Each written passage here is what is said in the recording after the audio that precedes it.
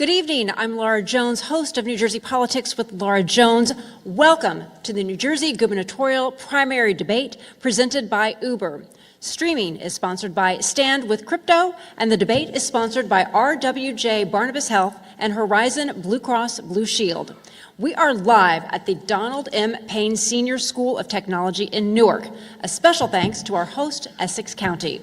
In just a few minutes, we will begin our debate between the candidates for the Democratic nomination for governor in the state of New Jersey, between Ras Baraka, Steve Fulop, Josh Gottheimer, Mikey Sherrill, and Steve Sweeney. The winner of June's primary election will go on to compete in November's general election for the seat currently held by Governor Phil Murphy. Tonight marks the final debate of the 2025 gubernatorial primaries, and we are proud to host this in-depth 2.5-hour debate focused on three key issues: affordability and taxes, education and public transportation, and development. These debates were awarded by the New Jersey Election Law Enforcement Commission, and we've built this format to give candidates the time and space to go beyond sound bites and really dig into the substance. Joining me this evening on the panel is David Wildstein, editor of the New Jersey Globe, Micah Rasmussen, director of the Rebovich Institute for New Jersey Politics at Rider University, and Joey Fox, congressional correspondent for the New Jersey Globe.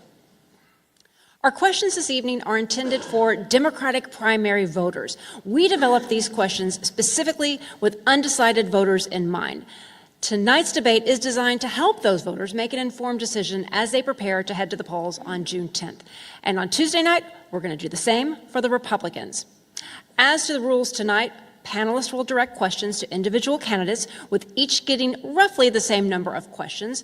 Answers are limited to 60 seconds, rebuttals to about 45 seconds, and back and forth will be at my discretion. I also have my bell standing by just in case. Time now to welcome the candidates to the stage. Now, we are asking members of the audience to refrain from making noise, including clapping and other audible reactions, with this one exception: when we introduce the candidates. And as I introduce the candidates, this is the time you all are all allowed to break the rule and show your appreciation with applause. So we now welcome Newark Mayor Ras Baraka.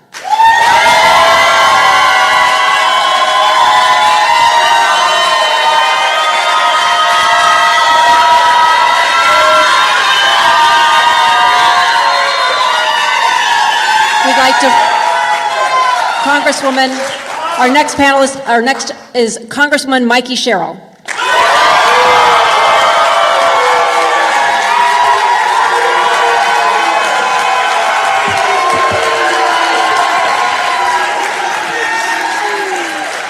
Former Senate President Steve Sweeney.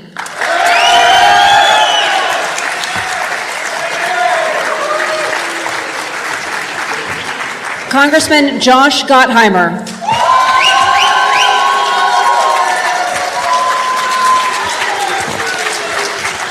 And Jersey City Mayor Steve Fulop.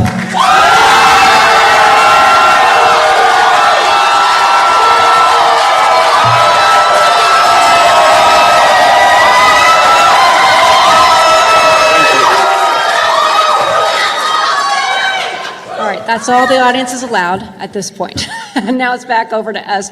Candidates will have 90 seconds each for an opening statement and 90 seconds for a closing statement. The order was determined through a random selection process involving all of the campaigns prior to this evening's format.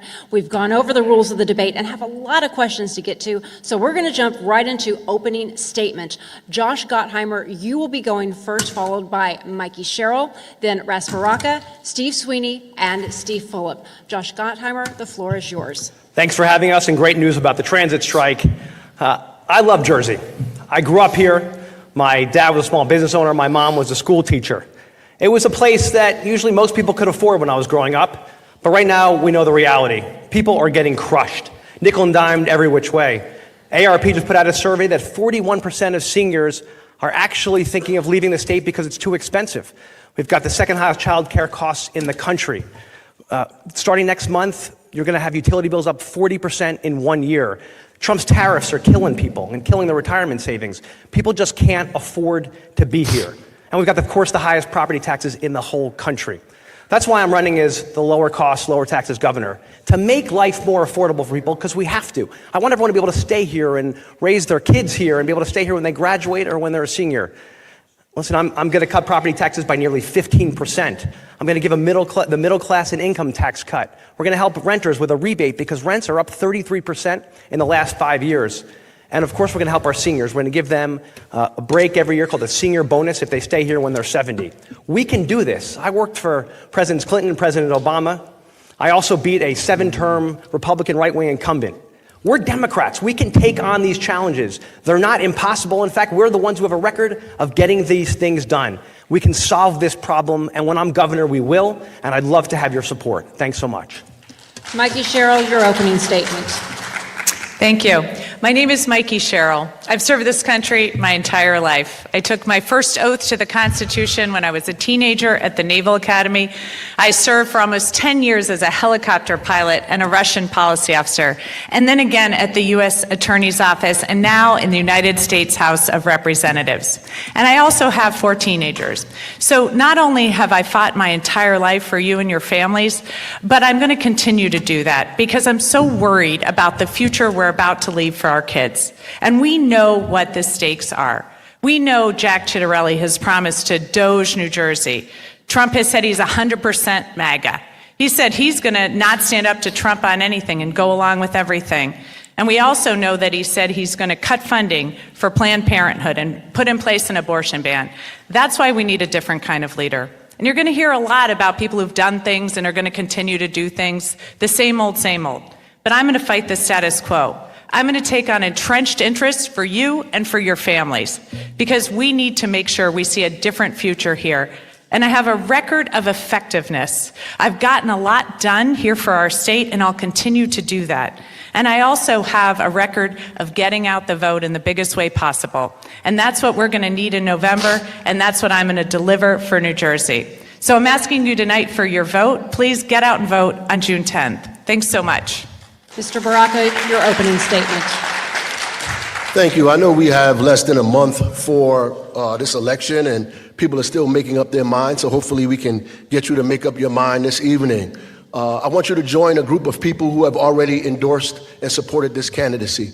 32BJ, Working Families, Make the Road, People's Organization for Progress, the New Jersey Tenant Association, 450 Latino pastors. Most of the progressive organizations in New Jersey support my candidacy because they know I'm a progressive for real. I'm not just playing one on TV. I didn't just become a progressive 60 to 90 days before this primary. I've been a progressive. And people say I have these endorsements because of relationships. Yeah, that is true. I have relationships with people who need their rent lowered. I have relationships with people who can't afford to pay their mortgage and put their kid in college at the same time, whose health care is too high. I have a relationship with working people in this community, and they know that I am going to fight for rent control across the state. They know I'm going to fight for a public bank that invests in black and brown and women businesses. They know I'm going to fight for the reduction in healthcare costs, for universal healthcare for all of us. They know I'm going to fight so diversity, equity, and inclusion supercharges our economy, not destroys it. They know I'm going to fight Donald Trump, not just in words, but in actions. They are with me because they believe me. And I'm asking you not just to support me, or join me. I'm asking you to join a movement across this state and across this country to be against the worst kind of authoritarianism we've ever seen, and start by voting for Ras Baraka, June 10th, Democrat for governor. Steve Sweeney. Steve Sweeney, your opening statement. Thank you. And I want to thank the Globe for giving us this opportunity also. Look, my name's Steve Sweeney. I'm running for governor. I'm a union iron worker. Didn't go to college, went to apprenticeship school. But I accomplished a lot here in the state of New Jersey. And what we have to be careful about right now is, I can't tell you how many times we hear, well, we need somebody from outside to fix this place. Now, you actually need someone that knows what they're doing to fix this place, not to learn. Look, the candidates on this stage, you know, it's going to take time for them to figure it out. And that did with every single governor that I've ever met. It takes them 2 years. Well, I don't have a learning curve. And guess what? I'm the only candidate up here that did something about property taxes. I put a 2% cap in place. So in 2011, if we hadn't put that 2% property tax cap in place, Instead of $10,000, your property taxes would be $15,000 right now. What we need to do is be honest with our citizens and change the way we deliver services. It's very expensive. It's too tough. We can't afford it. And I am the one candidate that actually has a huge list of accomplishments, from the minimum wage, indexing it, to paid family leave, to women's right to choose. I've done those things, and I can do a lot more as governor. Thank you. Steve Phillip, your opening statement. Thank you. First, I want to say thank you to the NJ Globe for allowing us this 2.5-hour debate. Appreciate it. I hope people have water at home and rations.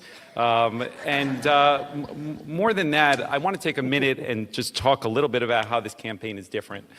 I'm not going to sit here and talk about my bio, because I think at this point, most of the voters know who's an iron worker, who's a helicopter pilot, who's a mayor. I want to talk about this moment in time and why our campaign is different.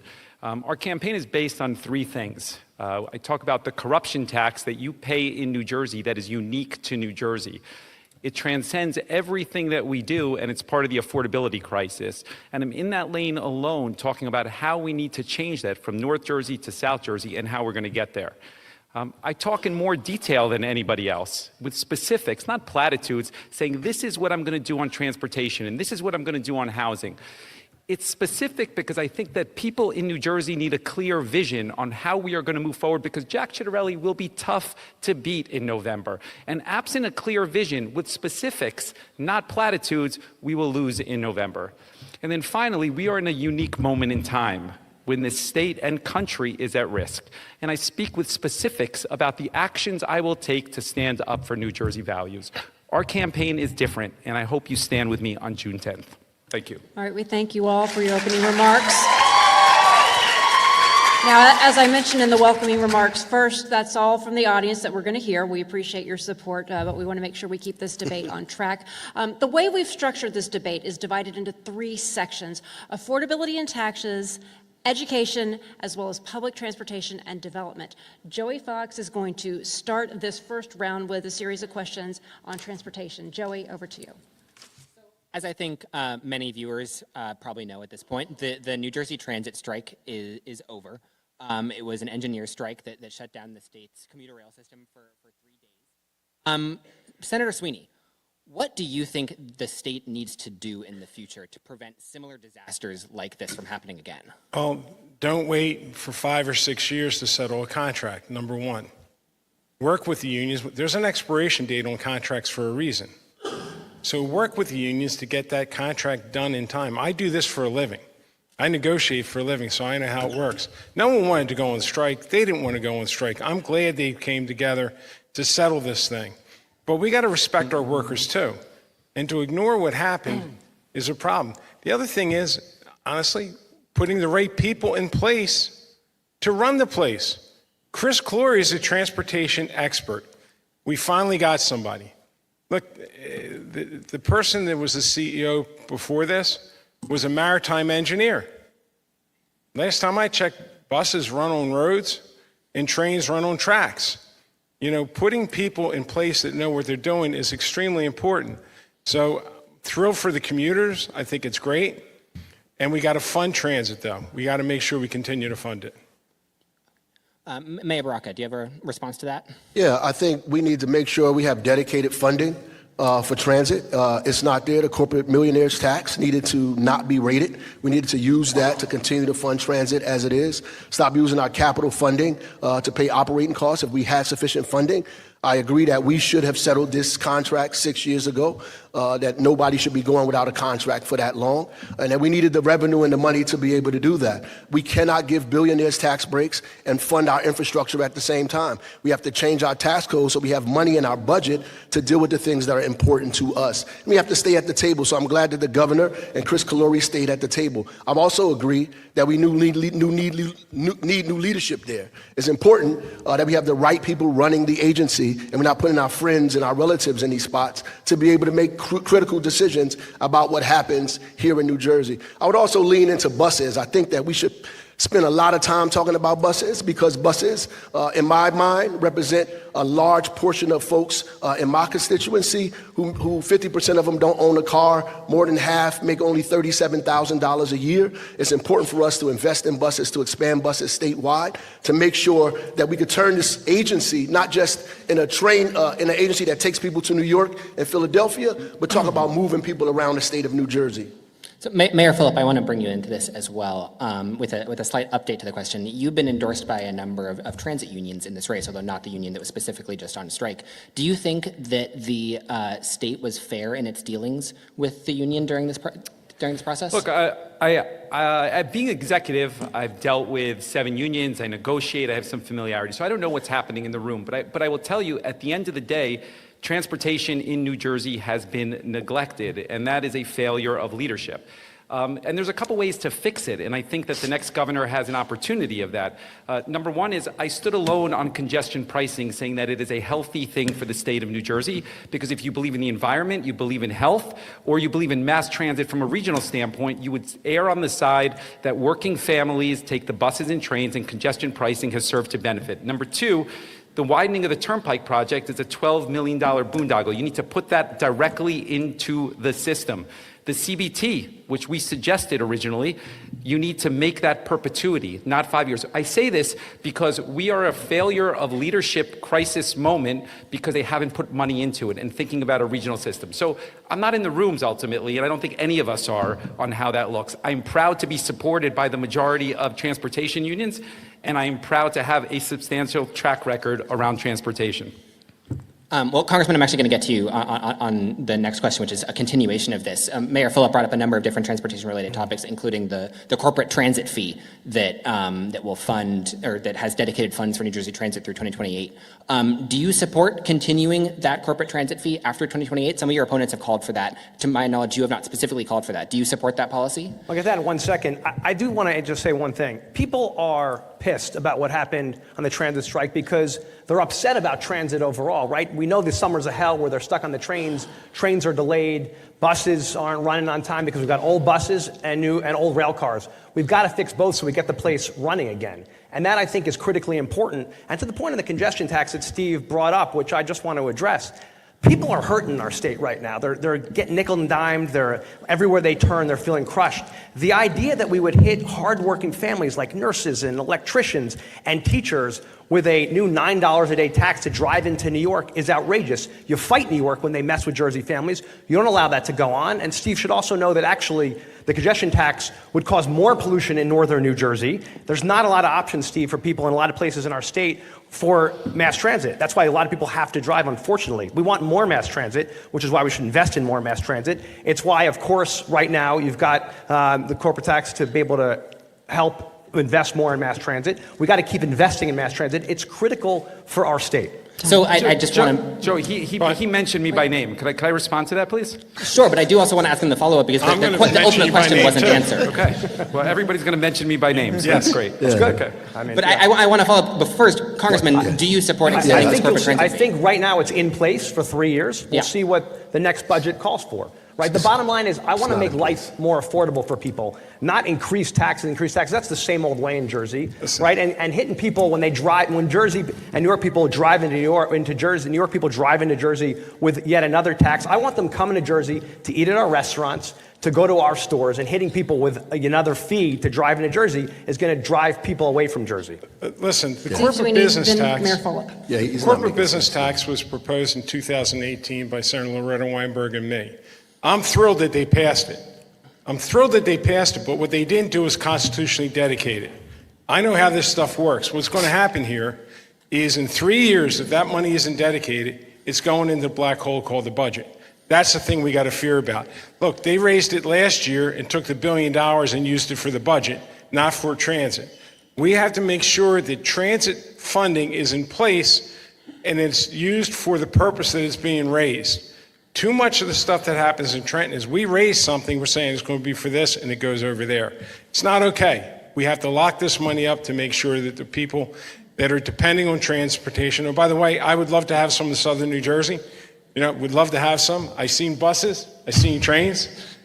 Don't have many down by me, but would love to have some more. Okay, so wait, Steve Joe, I Phillip, you get get the- 15 seconds. And again, just to remind everybody, just mentioning the name isn't necessarily an attack. Did he answer the 15 corporate seconds. business tax question? well, Did he answer that? Mayor Phillip, Mayor Phillip. Let me just say that a reasonable person could understand on congestion pricing, okay? And I get the polling says that you should be opposed to it, but every environmental group, every health group, every mass transit-oriented group says it is a good thing. Ask yourself, who drives their personal vehicle every day to Midtown Manhattan and then pays $1,500 a month to park? Is that working people? Working people take buses and trains every day. If they don't have and the we options, need to invest you should in mass really go to transit other at the parts end of the day. Jersey besides Jersey City. Okay. Because a lot of people don't have the option, Josh, man. Josh. That's the problem. We need to Listen, invest more we in have the mass most transit comprehensive to make sure we plan can around Okay, they we're go somewhere stopping, else and have stopping this right here argument? because we have another Can they go another somewhere else and question. have this argument so we can have a debate? Joey, you have your follow-up.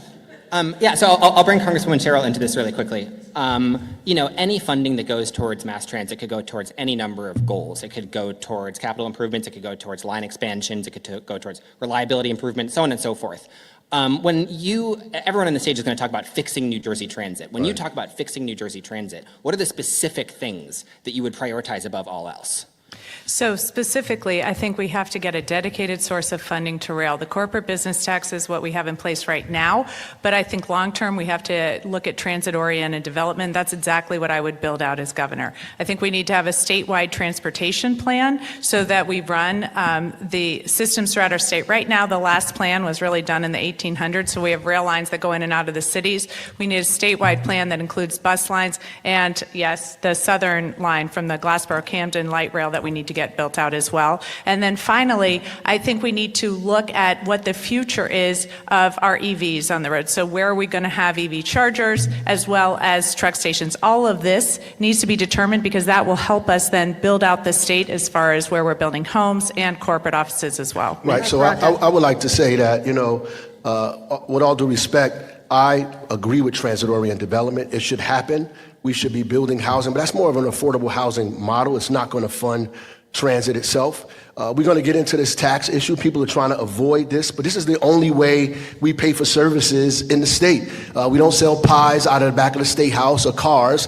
Our revenue comes from ratables. It comes from taxes, people's taxes. Either the middle class are going to pay or billionaires and millionaires are going to pay. Then they say they're going to lower your taxes but raise your fee 15%, which is really a tax. So ultimately, we're going to get the money from millionaires and billionaires to invest in transit the way it should be so it'll function for everybody. Transit-oriented development around the world to fund transit. And I think that's I agree the with that. model that we Steve really Sweeney's have next. to look Go at. ahead, Just and not then gonna Mikey fund Sherrill. transit, Steve that's Sweeney's all. next. New Jersey was the envy of the nation in transportation in the 80s and 90s. We had the best transportation system in the country. And what's happened here is we stopped funding it. My son was in Japan not too long ago and told me if they're 40 seconds late, they're apologizing. So if Japan can do it and other places can do it, and all we need to do, we got to look around the country and get the very best model of mass transportation and bring that here and adopt it. Yeah. We finally got the funding. We finally have the funding for it. So now let's go get the best operations, because what we're doing sure as hell doesn't work. And too many people that are missing their meetings. Hey, I love Amtrak. I love taking the Acela. I hate having to pay for a ticket to go to New York and wind up being 3 hours late for my meeting, so my meeting gets canceled, and I paid for a train ticket. Mikey Sherrill, 15 seconds, and then we're going to move to Micah with the next question. I just was going to address the transit-oriented development. That is one of the ways, in fact, Japan funds their transit system. So I do think we can do both, the affordable housing, which we need to build, but also have those ratables around those transit hubs feed into our transit system as a dedicated source of funding. Micah Rasmussen. Congressman Gottheimer, given staffing shortages and equipment failures at Newark Airport, would you tell New Jerseyans to use a different airport instead right now? Would you let your family fly out of that airport? Absolutely. Listen, it's a great airport, and it's key to our economy and so many jobs and so many great people come in and out of there every single day. But we've got two big challenges, as you know, right, that we're facing that we got to deal with and that I've called on to fix. One, we've got a shortage of air traffic controllers right now in the region. We should have 60, we have 19. So I've called to get more back, said to the Secretary of Transportation, you gotta move people from other parts of the country here, and there's military air traffic controllers we also can move here to get things moving again, and you gotta fix the technology. We know we got a lot of copper wires, especially that are being used, and we can fix those. And by the way, we need to vote for emergency funding right now. Many of us have already supported a bunch of funding, but there's more that's needed to fix our air traffic controllers, what they use every single day, all that equipment. But the bottom line is Newark is a phenomenal place. We should not send anybody anywhere else. There are delays, and by the way, United Airlines and the other airlines have a responsibility to make sure they're keeping on top of it and telling people their delays. People can get their refunds back. That's critically important, and get refunds and make sure we let people know. But people should keep flying out of Newark. Mikey Sherrill, Russ Broca, Steve Phillip. Go ahead, 45. I have grave concerns about Newark Airport right now. Would I let my family fly out of it? I unwillingly did. My daughter just flew out of it today. It was a nervous wreck. She almost missed her connection because of the delays. I know Secretary of Transportation Duffy did not let his wife fly out of it, which I think is a huge concern. We have got to address this problem. I am demanding that Duffy surge personnel into it and surge technology there, move them back to Long Island if that's what it takes. But right now, it is unacceptable what's going on in Newark. It is harming our economy. It's harming people's lives right now as they're trying to fly out to see their parents and their kids. I'm furious at what's going on, and unfortunately, this is what happens when you doge the government, and that's what Jack Ciattarelli says he's going to do. So we should all be very concerned about that. Russ Broca. Well, I think the number one issue is safety, and that's what people are talking about. I'm glad the congressman said that Newark is a great place to be. Spend some more time here. The reality is we keep talking about the economy, the same thing we did during COVID, right? The economy is important, but safety is first, right? The fact that they're delaying and canceling flights is because it's unsafe in the airspace. We have to slow these planes down. We have to put space between them. And I agree, we need to push people to hire air traffic controllers immediately, fix radar systems and infrastructure immediately so we can have a long-term fix. But people are traveling out of Newark tonight. And tonight, we have to make sure that we have planes that are safe in the air. So we need space between when the planes are coming in and when they're leaving out. And we need less airplanes flying out of the airport until we get this under control. The economy has to suffer for people's lives. All right, Senator, Steve Phillip. Joey, I'm going to stay on the same topic. I'm staying on the same topic. I just want to know, and I'm going to go to Senator Sweeney first and then to you, Mayor Phillip. We're talking a lot about potential sort of federal level solutions and demanding that Secretary Duffy do this. What are is there anything that can be done? Can I answer that? Wait, Joey, Position. can I go back to, it was on me. It was on me. It was on me. Steve Phillip, Okay, 45. so let me start by saying that I would fly out of Newark Airport, and I started to book a flight today for post June 11th with my wife, so I am committed to that, number one. Number two is, I think that Phil Murphy's tone here is entirely too conciliatory, too kind to Donald Trump. This didn't happen under Joe Biden, and it's a direct product of Donald Trump's rhetoric around DEI and the FAA, and we should be pointing that out because they're directly correlated. With regards to what the governor can do, I will point out that the governor is responsible partially with Governor Hochul for the Port Authority, and there are 3 airports. There's JFK, LaGuardia, and Newark, and you should ask yourself the question, why doesn't LaGuardia and JFK have any of these problems? Only Newark does. Because they have less flights. Wait a second. The governor should be using leverage to share resources between the others in order to move it forward. Should be more vocal, clearly, an actionable step with the Port Authority. And honestly, with all due respect, this is a federal issue. We need Congress to get something done here, right? I mean, we're saying, we're asking, we got to do more than ask. Drag their asses into a hearing, right? Drag their asses into a hearing and find out why the hell this is going on. This is dangerous, but you know something? Writing letters and it's got to be more than doing that. You have to stand up and push back. Look, Washington, there's only 2 more Republicans than Democrats down there. Let's start breaking their you-know-whats. Let's do it. No, I it's don't time. know what. Tell me. This is a family show, Mayor. Listen, Mayor, when my passion comes out at times. But honestly, the state of New Jersey is limited on this. This is a federal issue. This didn't happen, as they said, under Joe Biden. We have to be the resistance to what's going on in Washington to get resources back here to fix this. Okay, Congressman Gottheimer, yeah. Yeah, Steve, you're right, which is exactly why we've demanded, and actually you've seen some response now from Duffy, actually putting in more delays, to Ross's point, between the flights, which is why there are more delays. But nobody should go up if it's unsafe. Of course not, which is why you've got all these delays in between. My point, which is critically important, is, and as governor, we need to support Newark Airport just like we got to support Newark. You don't walk away on such a great economic engine for our economy. It's critical. It's the busiest airspace. We got to run it. We got to demand action, which is actually now, as you probably saw, Duffy is now starting to act based on our demands. Delays don't cut it. People shouldn't suffer. Of course not. We should not let people suffer. He's not responding. If he is responding, he's not responding quick enough. We need more traffic controllers and more investment in here, and we need it now. Mikey Sherrill, 45 seconds. Yeah, so this is in part a nationwide problem as well. So that's why as governor, I would make sure that we are pushing into the federal system to train more air traffic controllers and fast track them through the Oklahoma facility, which you can do in partnership with New Jersey schools. So I'd build out those programs right away as well to have a dedicated source of air traffic controllers in our state. So we've now covered planes and we've covered trains. I'd like to get to automobiles. So Mayor Fulop, you have criticized New Jersey's lawsuit against New York City's congestion pricing plan, and you have proposed a potential New Jersey-based congestion pricing plan of your own. I mean, what do you say to a voter who is concerned about the amount of money that it costs to get into New York City and doesn't think that more tolls on this end of the river will do anything to help them? Yeah, so let me start by saying that I have the most comprehensive plan around transportation. I started the largest microtransit system in the country in Jersey City. We've been extensive on complete streets, on Vision Zero, the first in the state, New Jersey. It is the reason that the Philadelphia Inquirer endorsed me, the most northern candidate they endorsed for South Jersey, largely because of our transportation plan. Congestion pricing, what I say about it is something that Jack Ciattarelli actually took from me because it is a good idea. He talks about reverse congestion pricing to put New York back at the table. Brag about that. The reality of the situation is that you need to create leverage to create a regional transportation system because this back and forth between New York is not healthy for anybody. And the truth is that you need to think of it more broadly.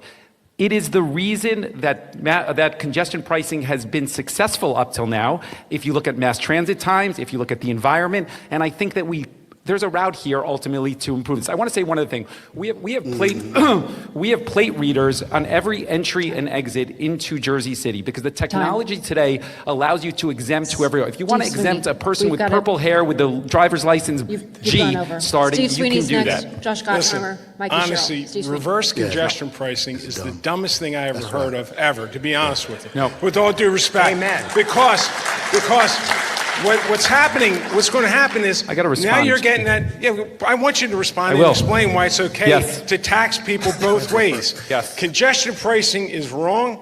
We should be fighting it. We're in New Jersey. Our people that are driving to New York are paying that penalty. More people go into New York than out of New York. So, Steve, when you say we're going to do reverse congestion pricing, you're not exempting. It's interstate commerce. You cannot exclude. You cannot exclude New Jersey drivers if you're charging a tax. Whoever did your policy, didn't do the research. Okay, wait, Josh Gottheimer, hold on for a second. Let him respond. Let me say because this. You absolutely can exclude people on it. You can. It is the same. Yes, you can. It is the same thing that I suggest that Jack Ciattarelli took from me because the goal of it is creating leverage because you need a regional transportation system. And at the end of the day, it is the most viable solution to get there. Josh Gottheimer, you're Excuse next. me. Mikey Sherrill, Rosborough. Thank you. As the person who's been leading the fight against the congestion tax now for more than 5 years, let me tell you this. People are getting crushed in Jersey, Steve. It's $18 to go over the bridge or through the tunnels. Then you're going to hit them with another $9 a day. That's $4,000 a year. People who are nurses, teachers, cops, firefighters can't afford this. We're killing people. And New York just sticks it to us like they always do. And we should be fighting back against them every single day when they do that. Secondly, the MTA. They admitted in their own reports, and I encourage you to read them, that this will lead to more pollution in northern New Jersey, not less pollution. So you're killing our kids with more asthma. You're killing people in their pocketbooks. We have to fight this every step of the way. We're doing it in the courts. We're going to win. You got the administration now deciding to come on board to help fight it, which I welcome. And obviously Governor Murphy is. We got to fight this thing every single day. People are getting crushed, middle-class families. We can't hit them with yet another tax. Mikey She Sherrill, can go. Res Yeah, Baraka. yeah, thank you. As governor of New Jersey, you simply can't be for a congestion price that takes money out of the pockets of New Jerseyans and funds New York infrastructure and transportation, especially given the need we have here for our own transportation infrastructure in New Jersey. It just doesn't make any sense. Res Baraka. But before we go on, can we just make a deal not to mention Jack Chitterelli's name at this debate? But I do want to say, that's pretty funny. I do want to say that. But it's true. I think that honestly, that the idea is a little mean-spirited, right? A little vindictive, and I think ultimately the MTA did call Newark. They did call us. We were supposed to have a meeting with them before Murphy joined with Donald Trump. I don't know why that happened, but they called us and said that they would give us a specific amount of money to deal with the air, the particulate matter in the air that would be created because of congestion pricing. Now, I didn't have an opportunity to have a discussion with them in full, but they did say that to me in specific. Finally, I think if we really focus on mass transit, then we don't have to have this discussion about congestion pricing. New York and New Jersey could get together. I know we like bickering and fighting. If we actually sat in a room and figured out how to expand transit in New York and New Jersey, we could figure this problem out without saying, I'm bigger than you, I'm badder than you, I'm better than you, I breathe fire, I eat trees. So Mayor Baraka, I've got a quick follow-up for you on that, which is, you want to get in a room with New York, you want to hash this out. Would you seek to continue New Jersey's current lawsuit against New York? Or do you think that would, pose Absolutely, well? as leverage, for sure. I think ultimately the objective is to get us in the room, to talk about how to raise dollars for MTA and New Jersey Transit, how to figure out how our Turnpike Authority and everybody else that are part of our transportation infrastructure here and the transportation infrastructure in New York can figure out how to expand mass transit, right? How do we do this together? How do we use Port Authority as a part of that as well and not take each other to court and fight each other about whose tolls are the biggest and whose tolls are the most expensive? I think it's ridiculous and silly. Joey, can I respond since the focal point was me, which I like, actually, okay? Let me say that's a good sign. That's a good sign. But the reality of the conversation is that the lawsuit has not worked. And when there was an opportunity to get $150 million at the end of the process, we squandered that. And had you had that $150 million into the system, maybe you wouldn't have had a strike. Every mass transit advocate, every environmental advocate, every health advocate says that I am on the right side of this issue. And I get it, the politics of it. We could all test the polling and say the sound bites, but the technology allows you to exempt whoever you want. And New Jersey people would not be taxed twice for obvious reasons. I'm sorry, that is not accurate. true. It is accurate. It's not true. It's not true. Listen, I know Steve Sweeney, people, then Josh Gottheimer. I know some Again, people 45. will say things on the stage that are not true. It This is true. absolutely not true. Okay. It's interstate commerce. Look it up. It's interstate commerce. But most importantly, the only way we're going to get leverage with New York, honestly, is when you deal with a bully, you punch them right in the nose and they pay attention. That's how you deal with a bully. New York is bullying New Jersey, abusing our citizens that are driving. By the way, what we should be doing is going to these New York companies, finding out, we got their tax information, saying, why don't you come to New Jersey? Why don't you come here? We'll do the incentives to bring your businesses into New Jersey. So, like I said, you can say a lot of things. Interstate commerce is really clear. You can't tax some and not others. Wholeheartedly Josh Gottheimer disagree. first. Josh Gottheimer. Just for facts, of the $150 million, they offered us under $10 million. So they're sticking their hands in our pockets for $1 billion a year in New York. Not a nickel except $8 million is actually going to go to Jersey for our families. It's ridiculous to keep ripping us off. And the bottom line is we should say to Port Authority, we've had this cooperative relationship for 100 plus years together. Why aren't we actually continuing to work together? New York just can't stick it to our families, crush our middle class families when they want to give us a few crumbs to deal with pollution and to deal with what people are dealing with. That's totally wrong. And by the way, I think Steve's right. We're going to get more jobs here. We should fight every day to bring more jobs here. New York rips us off every day. It's time to stick it to them, fight them, and we should fight them. And this is the case one of where we should fight them. We can disagree. 15 we can seconds. disagree, but the reality is that I have more endorsements from transit-oriented unions than anybody up here. What's I have, that mean? wait a second. We said earlier that the entire South Jersey Philly Inquirer was based on my transportation ideas and suggestions. You were saying up here, we could disagree on what's true and what's not true, but there are independent qualifiers in this conversation. I got to answer to that. No. There's 15 nothing seconds, in your and then plan. we're going back to There's Joey. nothing in Of your course plan to address transportation in South Jersey. Of course there is. You might have put light rail in recently. No, when from I day look one. at your Steve, I read your plan. You said Steve. read my plan. I read it. There Steve. was nothing for South Jersey. Steve, Okay, and on that note, we're going back to Joey Fox. So I do want to throw in one additional important transit-related question. Mayor Fulop brought it up briefly before. The Turnpike widening and bridge replacement program, or development project that's underway in Jersey City and Bayonne. Congresswoman Sherrill, if you were elected, would you seek to reverse that project, or would you keep it going as it's currently set? Well, if we just talk about the first part of that project, because the other part is years in advance, but that is replacing the bridge. And that's necessary. That bridge is 70 years old. It's got an F rating, and an idea that you're somehow going to repair it in place results in shutting down lanes, which is going on now, which of course has cars and trucks idling on that bridge and dumping pollution into the surrounding areas. So I would not be stopping replacement of that bridge at all, no. So I have to opine on this. This is where we diverge. This affects Newark more than any other municipality up here. Those trucks come through our municipality. It'll put more particulate matter in the air. A quarter of our children have asthma in this city. Expanding those roads on the bridge and outside of the bridge brings more trucks and traffic. I asked the folks for a study that proved that didn't happen. They could not produce it because it does not exist. I don't agree that we should expand those roads like that, and we have all that money that should be invested in buses, in my view, and begin to repair rail at the same time. That's what should happen immediately. I don't know about. I think we can repair the bridge. Without expanding it the way they're trying to expand it. I don't think it's an either or zero-sum game. I think we can do both of those things, and we need to do both of those things without giving more asthma to kids in the city of Newark. Listen, no one knows about building. Listen, no. And one thing I think I got to get on this one.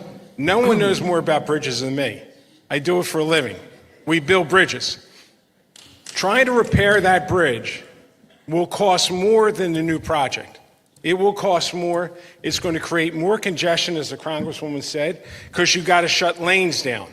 So listen, I've taken that bridge more times than I like to talk about.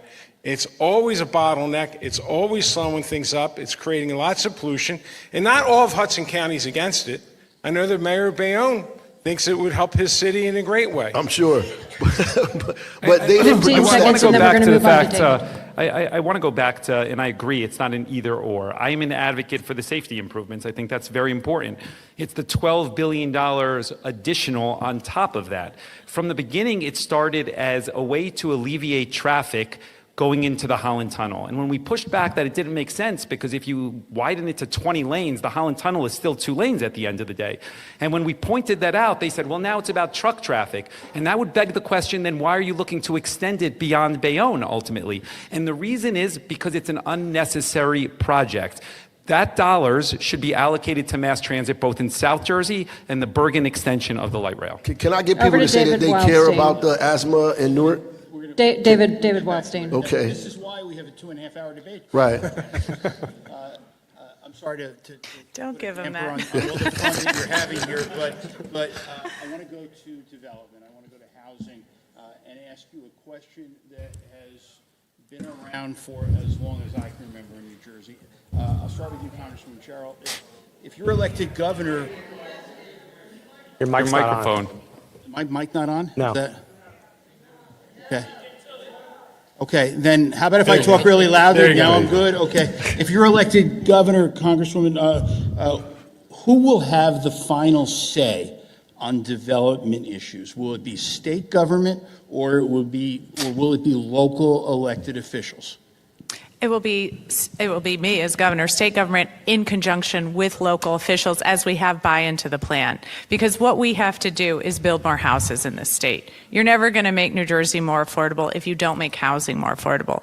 So everyone from the woman who had retired in Patterson, who now had to go back to work because she couldn't afford her rental price, to the couple who loses bid after bid after bid because they can't afford any home in New Jersey. And that's why, as we build out, we've got to do several things. We have to make the first-time home buyer program more robust. Right now, it's only $15,000, and we know the average home, if it's $500,000 here in New Jersey, unaffordable, but that would be a $100,000 down payment. So that first-time home buyers program is inadequate. We also have to cut down red tape, especially with the state permitting. So bring the state permitting organizations together, make sure you end the redundancies, set deadlines, and that's exactly what I would do as governor, deadlines on how long it's going to take them to get through, and then finally ensure that the local permitting process has technical support from the state on zoning, on engineering, et cetera, so that we can all work together to get these houses built. Listen, Sweeney, the then governor, Josh the Gottheimer, governor, the 45. governor of Colorado just did an executive order that I thought was amazing, because the problems he's having, we're having. When we leave it to local control, it's not getting built. So what I say is, after 4 years, if you're not spending your money, the state can take the money. The state can buy a piece of land and the state can build the housing. Now, we should absolutely reward governments that are doing the right thing. We should give extra TTF money for communities that are doing the right thing. We should provide more tax relief for communities that are doing the right things. But for the towns that aren't doing it, for the cities that are not doing it, in towns, it's not okay. It's too expensive to buy a house because home rule is controlling the decisions. And as governor, I would take the funding from these towns if they're not going to use it. If they're not going to use it, hey, it's been 50 years since Mount Laurel. When's time up? Josh Gottheimer. Thank you. We know that rents are up 33% in the last few years, which is brutal for people. And part of the reason is it takes us 5 to 7 years to build anything in Jersey. In other states, it takes 2 to 3. So we're 220,000 units short of where we should be. That's why I'm giving families and folks a tax cut for property taxes and a rental rebate. But what we really need to do is get more built near mass transit, in abandoned office parks. And what we should do is change the way we approve things. Put all the players at the table, the local, the county, the state, at one time. Other states do this. And so they have one conversation in the beginning, and then they have a clock, right? A shot clock to actually get things approved. Have the conversation once versus taking years. One person has it, then the next person has it, and it takes years to approve anything, and the costs just keep going up for folks. We've got to change the way our bureaucracy works in Jersey, crush the bureaucracy, and get things built faster for people, like on abandoned office parks, like in abandoned government buildings. We can do this. G. Phillip, you were next. Yeah, I think when you get into the conversation about home rule, you get into a tricky place here. And I think it's important why you need a mayor as a governor. You haven't had one for 20 years, and understanding these local municipalities. The reality is that people choose to live in certain suburban towns because of their choice of what they like there. So trend overriding every aspect is problematic.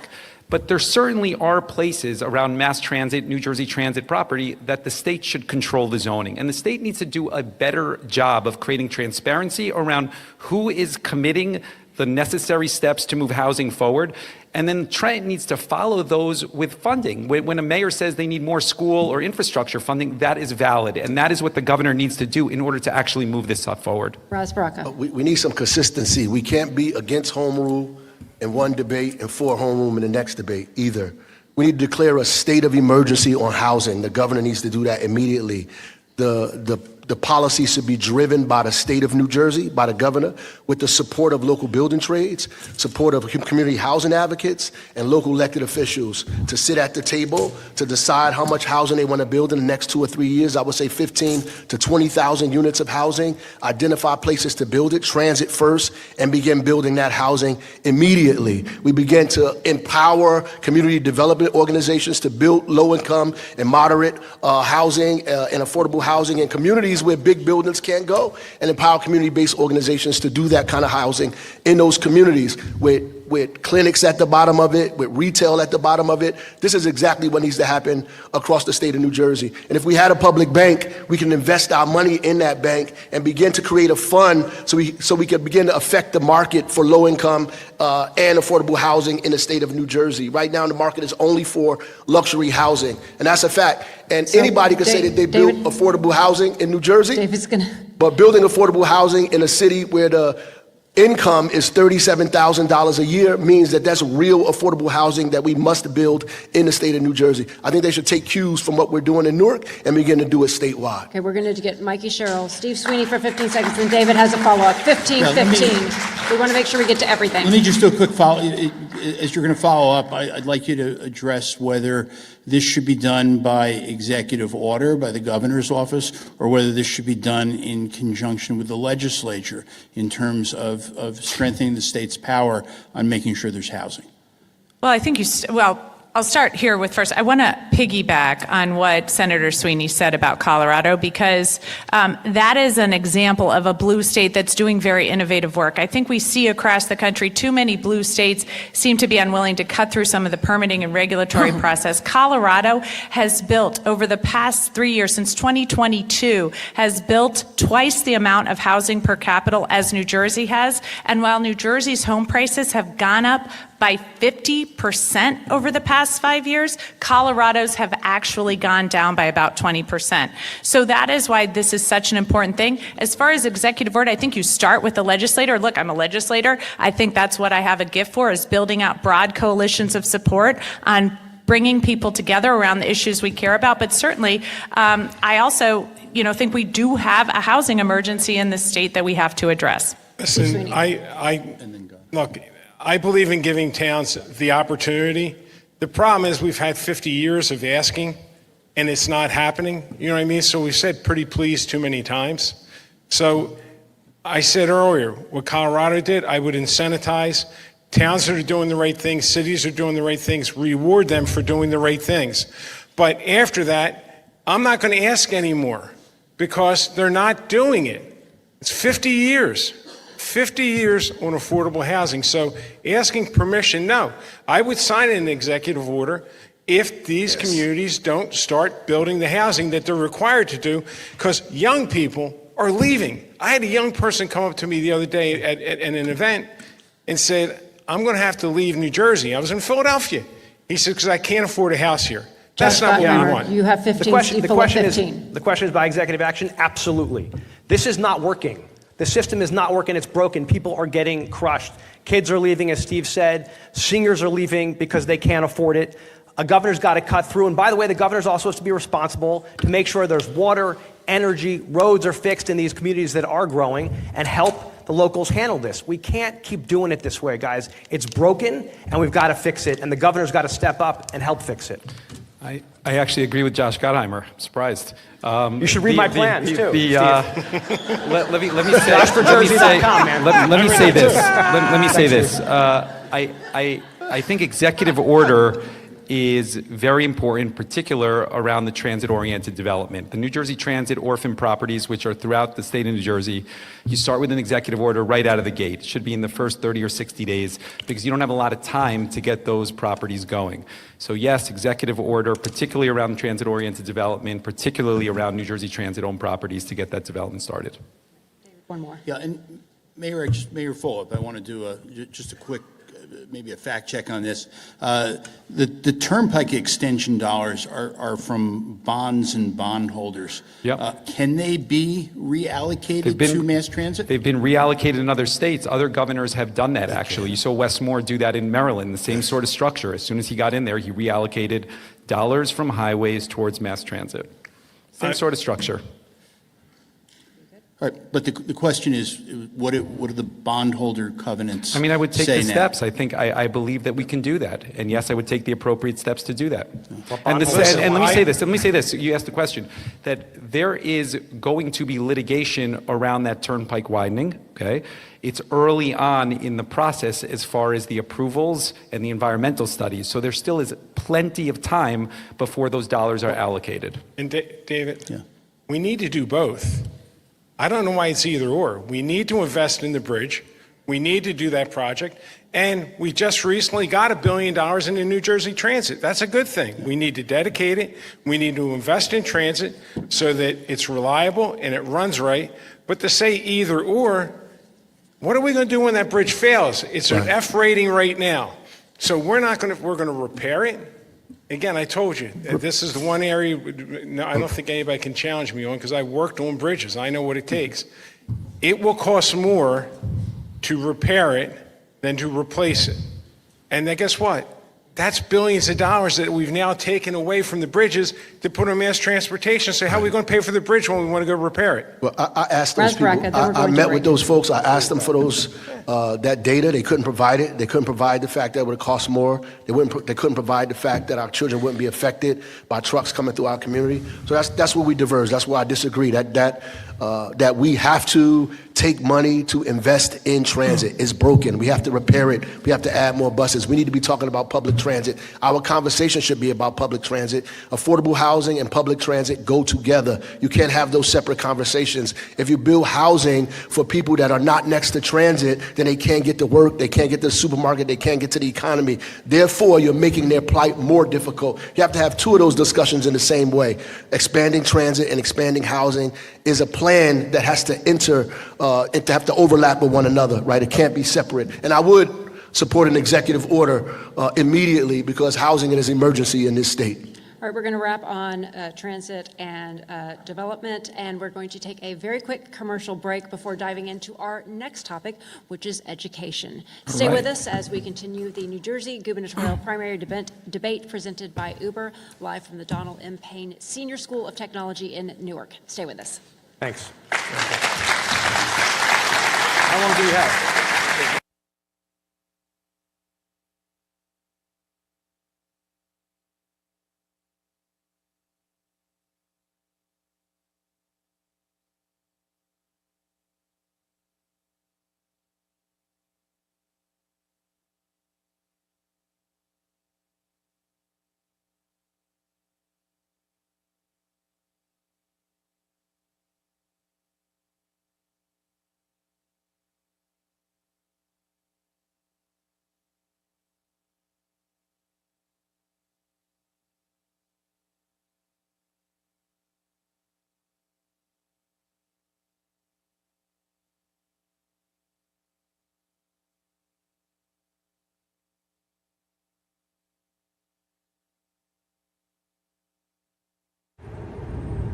Everything is getting more expensive.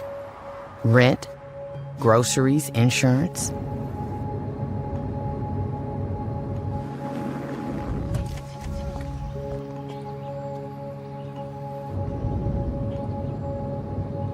Uber is essential to my passengers. Insurance has gone up. This is hard for people. Join our fight to protect your access to affordable rides. If you have chronic joint or back pain, this is probably where you spend your time. Might we suggest a better destination that's close to home? RWJ Barnabas Health, where orthopedic surgeons designed the surgical implants that are now used around the world, and where you'll be cared for by the same doctors that treat professional athletes and rising stars. Get back to what you've been missing. Orthopedic care. Do it right. Here, RWJ Barnabas Health. Today, 52 million Americans own cryptocurrency. We are the pioneers, the visionaries, the builders of a growing movement with the power to democratize the old economic models and create a world economy of the people, for the people, and by the people. We are crypto. This is the moment for us to make our voices heard. We are the catalyst that will create a new world. With our numbers, with our voices, with our votes. We are crypto. Karen's about to retire. Here's what's going into her retirement. There's us. She raised us on our own. 10 years as my roller derby wife. Three schools she's opened. She's a mother. I think we turned out all right. She's a friend. Our mothers could tell stories. She's a teacher. She may be retiring, but she's not done. I'm never gonna stop. Retirement is the sum of your life's work. Now what? Get income for life and protect your life's work with Prudential. Every child deserves a great public school that meets their needs. That's why many families take advantage of charter schools as an option that's free, public, and open to all. See what's possible. Find a charter school near you.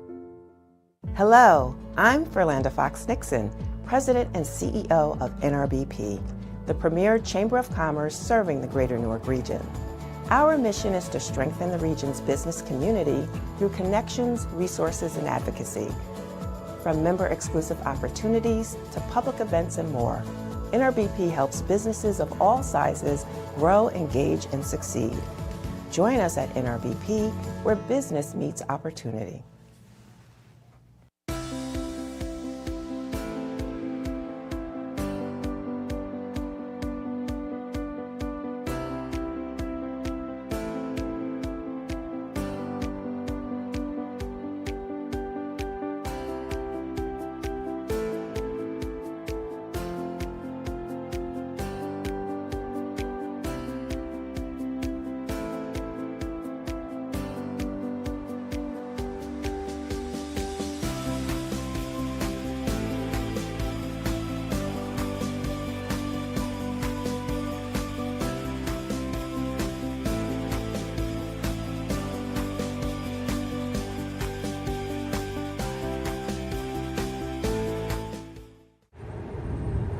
Everything is getting more expensive. Rent, groceries, insurance.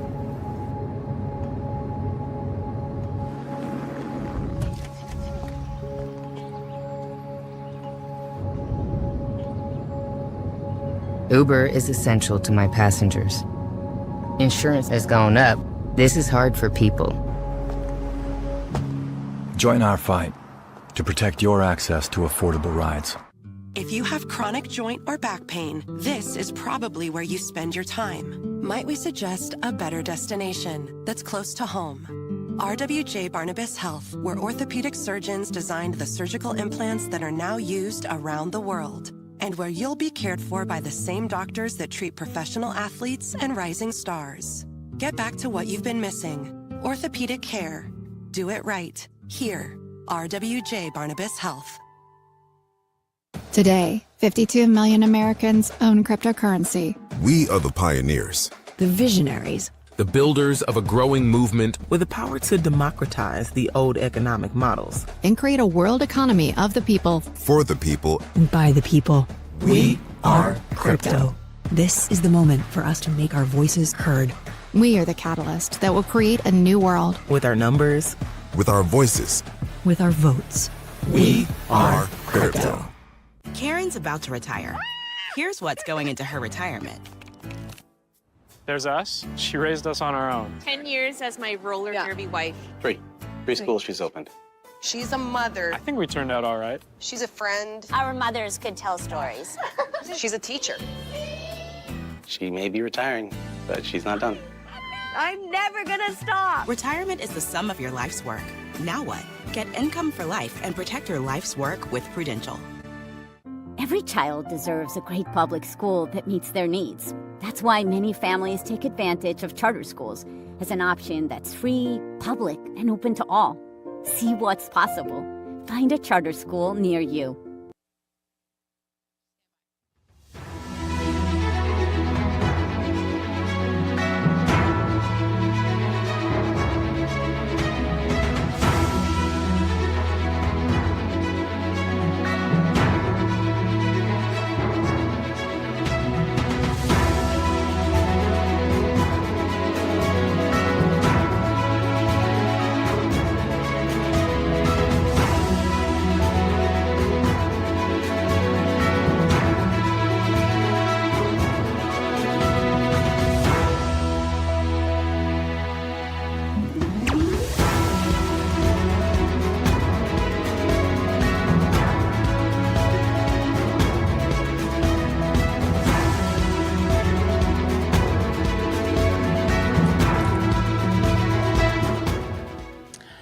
Welcome back. We are live at the Donald M. Payne Senior School of Technology in Newark with the New Jersey Gubernatorial primary debate presented by Uber, and I'm Laura Jones. Now, a few reminders as we're coming back to this next next segment. We're going to give each candidate the opening question. They're going to get a minute to respond. And I see everybody wants to jump in, and everybody's going to get 45 seconds. So I see you. I'm going to point and do the best I can. Everybody's going to get 40 seconds. If there's an attack or the other back and forth, we've reserved the right to do the other 30 seconds. Believe it or not, we're actually keeping pretty close to on time with this debate here.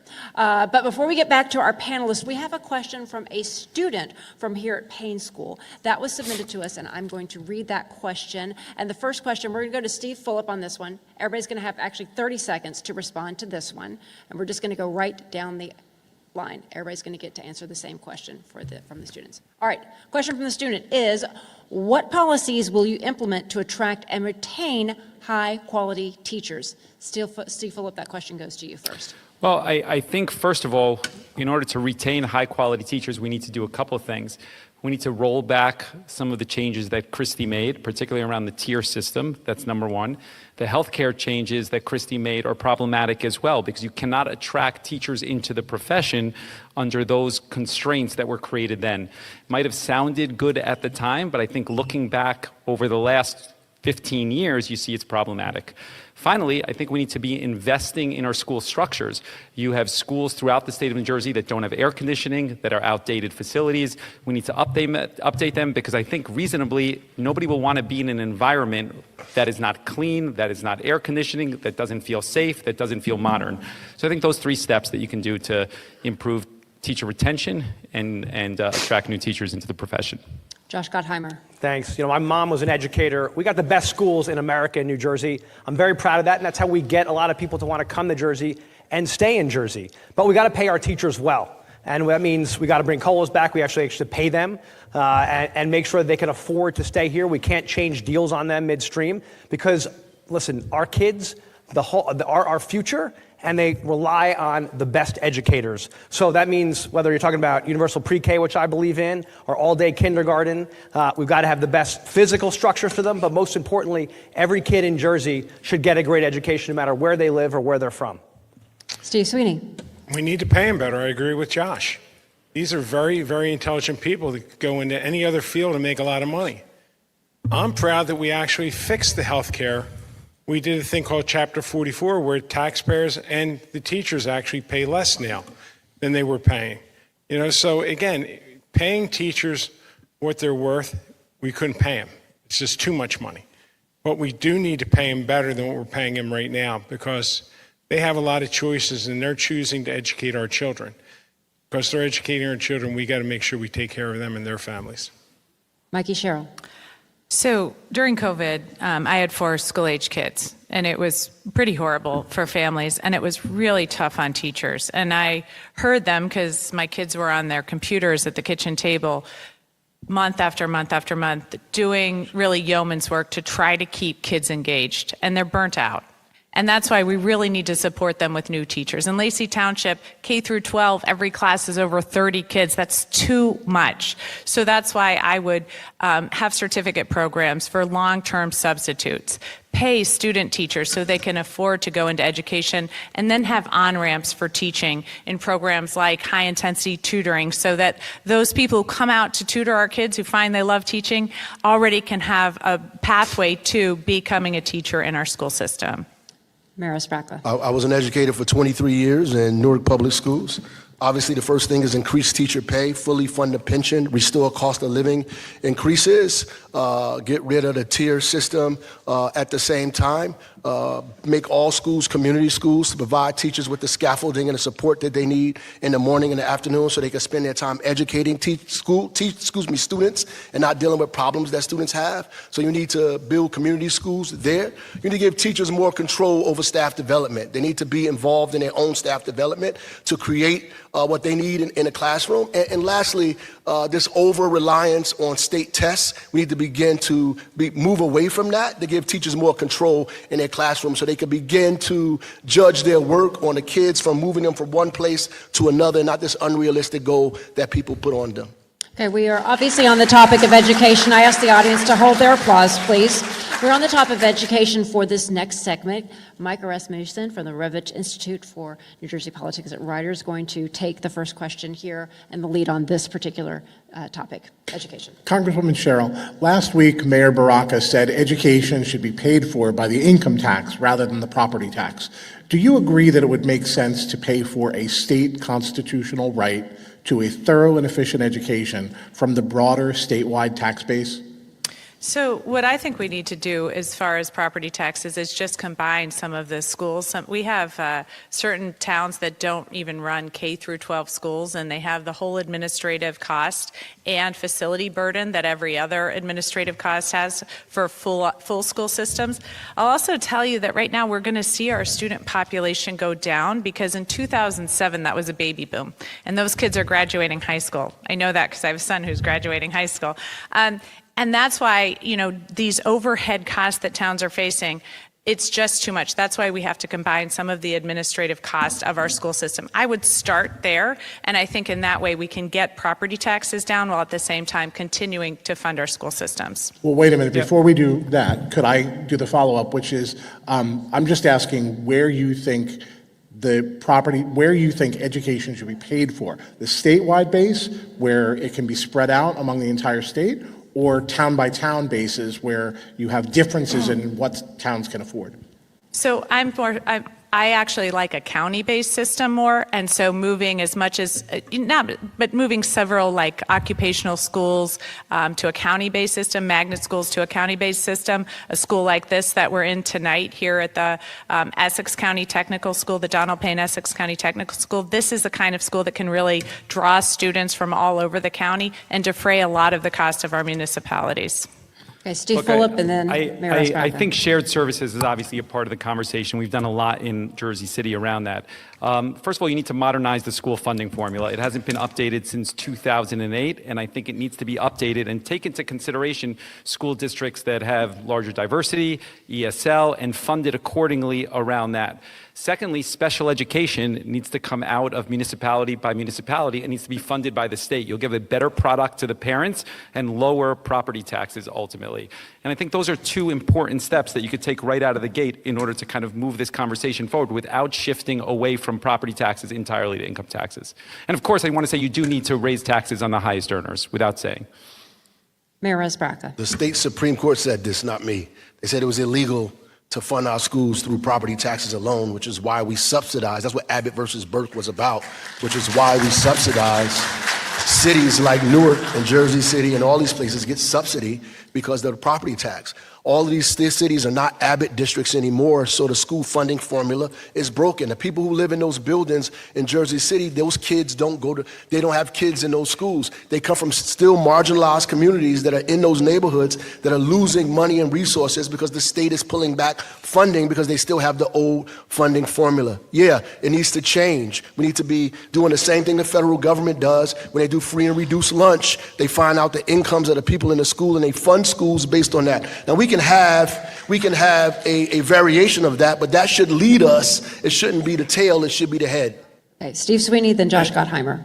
And thank you. The school funding formula was updated in 2008. Actually was implemented in 2018 to make sure the money followed the child because the money wasn't getting to where the kids were. It was woefully out of whack. That being said, it should be reevaluated every 5 years. And I agree with Steve Fulop. Extraordinary special education needs to be at the state level. When I left the Senate, we were funding it completely. Now it's back to where it was, so it's not working. But most importantly, before we decide about how we're going to pay this, how about if we get the cheapest price? We need to make all school districts pre-K to 12. No more K to 2s, no more K4s, no more K6, no more K8s. Because that's where you're paying an extraordinary amount of money for education. By the way, those sending districts to go to the regional high school, they don't teach the same curriculum.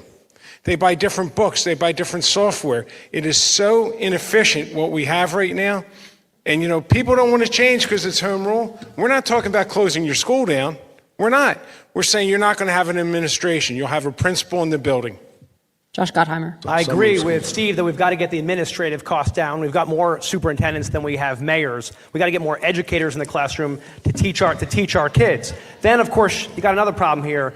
We really, really have to centralize, as both Steves actually said, we've got to centralize, and I think it's critically important for special education. We've got to take that off the locals because you have too many schools who don't want to take kids on because of the high cost of special education. And we're going to have to fight Trump each step of the way if he tries to mess with our Title I dollars, which is critically important. So that's also got to be a key part of our fight. We can get these administrative costs down. We can actually fix the school funding formula and help these schools that are being left behind, which I think is also critically important. I keep these 30 people seconds. off my website. But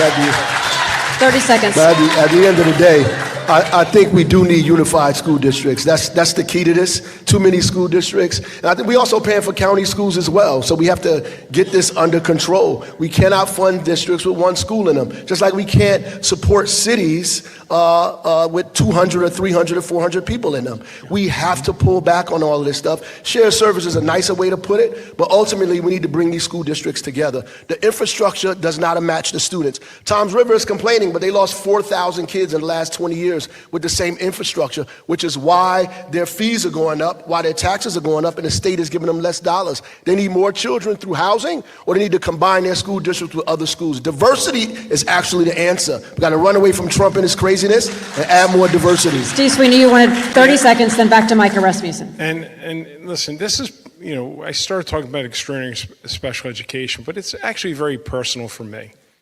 How many times have you heard people say, 3 families with kids with disabilities moved in the neighborhood? There goes our school budget. It makes me insane when I hear that because, I didn't want to have a child with a disability. I'm thrilled and I love my child. But I had dreams for my daughter and my son. They're not going to be the same dreams. But children with disabilities have every single right to expect a quality education so that kid can live its fullest potential. We got to look beyond the disability. We got to look beyond when you see a person looks differently and see that there's a person. And that person deserves the opportunities as anyone else.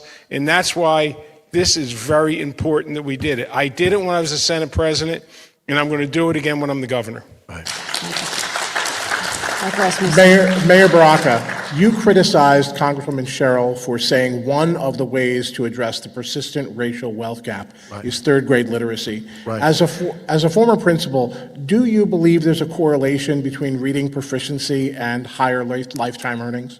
No, I think wealth and reading, third grade reading, have nothing to do with each other, or Donald Trump wouldn't be rich, right? The reality is, wealth and income has nothing to do with each other, right? My income, I can't pass my income down to my children, but I can pass my businesses, I can pass my home, I can pass my real estate down to my children. So slavery and slave labor, right, that we gave to people to create their wealth was passed down from generation to generation to generation. That's what's created the wealth gap, the lack of home ownership and the lack of capital for small businesses, not third grade reading levels. Should we improve third grade reading levels? Absolutely. Can it help us get better paying jobs? Sure. But you can actually graduate from high school and not have a college degree and get a better job outside of high school with a high school degree than you get from a college degree. So we have to just be clear on what we're talking about. We have to know the difference between income and wealth. And that's really what I was saying, that the wealth gap has nothing to do with our literacy scores. It has more to do with systematic oppression in this country. All right, we appreciate Mikey Sherrill. You're going to unite. We really appreciate the passion in the audience, but we've got to try and limit our applause to no applause. Mikey Sherrill, you have 45 seconds. Thank you. Obviously, when I was addressing the wealth gap in the state, I was talking more broadly than simply third grade reading. But I do think, and I know you've agreed with me historically, Mayor Baraka, that third grade reading scores are critically important to a student's success going forward. That is an inflection point. That's where students can either go on to do their homework at home in science and math, or they can't read that homework. So I don't think we really disagree here. I think we actually believe that there is a huge problem with systemic racism in this state. And then third grade reading is simply a separate issue on which kids are getting a good education in the state. And sometimes we say we have the best education system in the nation, but in too many cases it's by zip code here. I think Mayor Fulop, you also had some concerns that you raised about the third grade literacy being brought up? No, you did not? No. Okay, all right, you want to respond? I think To comment on either, that. do you want to respond to either? No, argument? I think the points were both well made by both the Congresswoman and the mayor. I think it's fine. Maybe we're done. Thanks. How about that? Next David, question. you- Are we going over to David? David? There was a moment. That's your moment. That was the moment. That was the moment. Congratulations, everybody. Should we end here, And David? on to the Republican. Should we end here? I'll start with Mayor Baraka. One of the things that municipal officials complain about, and they do it on a bipartisan basis, is the uncertainties of a school formula and their inability to plan long-term until they wait for the legislature and the governor to reach a budget deal. Is that a valid concern? And if you think it is, how will you fix it? It is a valid concern, but more of a concern is healthcare. We don't know what the healthcare costs are going to be before we balance our budget because healthcare costs go up arbitrarily because insurance companies and hospitals make deals, which is why we need reference-based pricing. I also think that the budget should be done earlier, right? That we need to have a 3-year kind of forecast of budgeting on a state level and bring the legislative branch in and the outside body in to solve for the things that we know we're going to have to pay for. One of them is pensions. Another one is schools, right? The other one is property tax relief. All of those things that we know are going to cost the state, we need to forecast those ahead of time so we can give municipalities the ability to figure that out way before the time that they have now. I want to add that it is a problem in the state that some of the municipalities operate on a calendar year and some of them operate on a fiscal year, and it creates a lack of transparency or clarity around what type of money you're getting from the state. And I do think there needs to be consistency around that. It would help municipalities tremendously to budget year after year. Steve? Thanks. I think this just reflects of how frustrating the whole system is for families. You got 564 municipalities around the state. They each have different rules, right? Their taxes, the property taxes on families are changing all the time. Other taxes come in, the state steps in and raises taxes. Now they're looking at a budget where they want to actually add a new tax for recreational activities like going to a go-kart or going bowling. Like, people need certainty, and people are so, everywhere I go, they're saying to me, I can't figure this out. I don't know how to make a budget because my healthcare costs, as Ross said, keep going up. Everyone's costs keep going up everywhere they look. We've got to give people a break, which is why I've been so focused of lowering costs, whether it's childcare costs, which keep soaring, or taxes, which keep going up. People need certainty, so do our municipalities, but the people who work so hard, they need to know how they're going to pay their next bills, and raising their utility bills suddenly 40% in 1 year is criminal. How, if you're on a fixed budget, like, how are you supposed to afford that? Senator, I know you're next. I just want to ask a quick follow-up, if you maybe incorporate into your answer. You've been there. You've done a lot of state budgets. Yeah. What's a better mousetrap for timing on when to do a state budget and how much time you should? David, I'm pretty happy right now because I talked about school consolidations and people up here agree with it now. I talked about multi-year budgeting for years and we're all agreeing with it. That's a good thing because we're starting on a better path. Look, give Phil Murphy credit. He fully funded the formula. Honestly, no one ever dreamed in our lifetimes we would see the funding formula fully funded.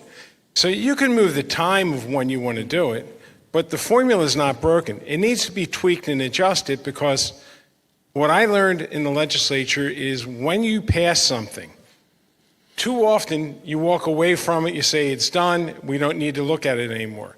Well, every 5 years you should take a look to make sure it's accomplishing what it should be doing. Go ahead, sorry. Go ahead, Steve. So my point is, honestly, we did a good job with the school funding. Mayor Baraka said it. In one community, I think it was Tom's River, they got 4,000 less kids. You know what they're mad about? They're not getting the funding for the 4,000 kids they don't have. Right. That's the problem we have with school funding. We finally fixed it. And what we need to do is, I say to people that get mad at me, I say, what's wrong with 100% funding for 100% of the kids? I think we accomplished something. Steve Fuller. I just want to go back and say that I think that you'd be hard-pressed to find a mayor in the state of New Jersey that thinks that the structure of budgets is working well. It gets sunlighted days before it gets passed, the state budget, ultimately. And there should be some clarity around time so that the public can scrutinize it, dissect it, criticize it, and move forward from them. And I think that's consistent with best practices around the country. Mikey Sherrill. Mikey Sherrill. So, as somebody who's worked at the federal level on the fact that not having multi-year appropriations really is harmful to a lot of programs, I do like, what Senator Sweeney said about having a 2-year budget or having multi-year appropriations for certain areas. And I have to agree, too. The fact that we actually fully funded the school formula after years of not funding it and not running the formula has created a lot of disturbance in the system. That doesn't mean we don't fund our education system. It simply means that maybe we need to modernize certain areas of it. And as governor, I would create a percent change year over year so that it doesn't fluctuate more than a certain percentage, so that school systems know what they can depend on and aren't firing teachers at the end of right before the school year starts, or coaches. So we need a very specific formula for schools, and we need a very specific timeline for the budget process at the state level. And we need to intercede in healthcare. We need to intercede in hospitals and insurance companies through the Office of Healthcare Accountability and Transparency by creating reference-based pricing so we can stabilize the growth, the cost growth in healthcare, so we can actually budget for it in real time. If we was doing this ahead of time and we had this ahead of time, then we could budget the right way. We need to budget for schools based on English language learners, based on kids with special needs, based on diversity, and based on community schools. We need to have a model that tells cities how we're going to give you money based on the things that you have in your district, so they can either begin to get those things or solve for the reason why they don't have them. Steve Sweeney.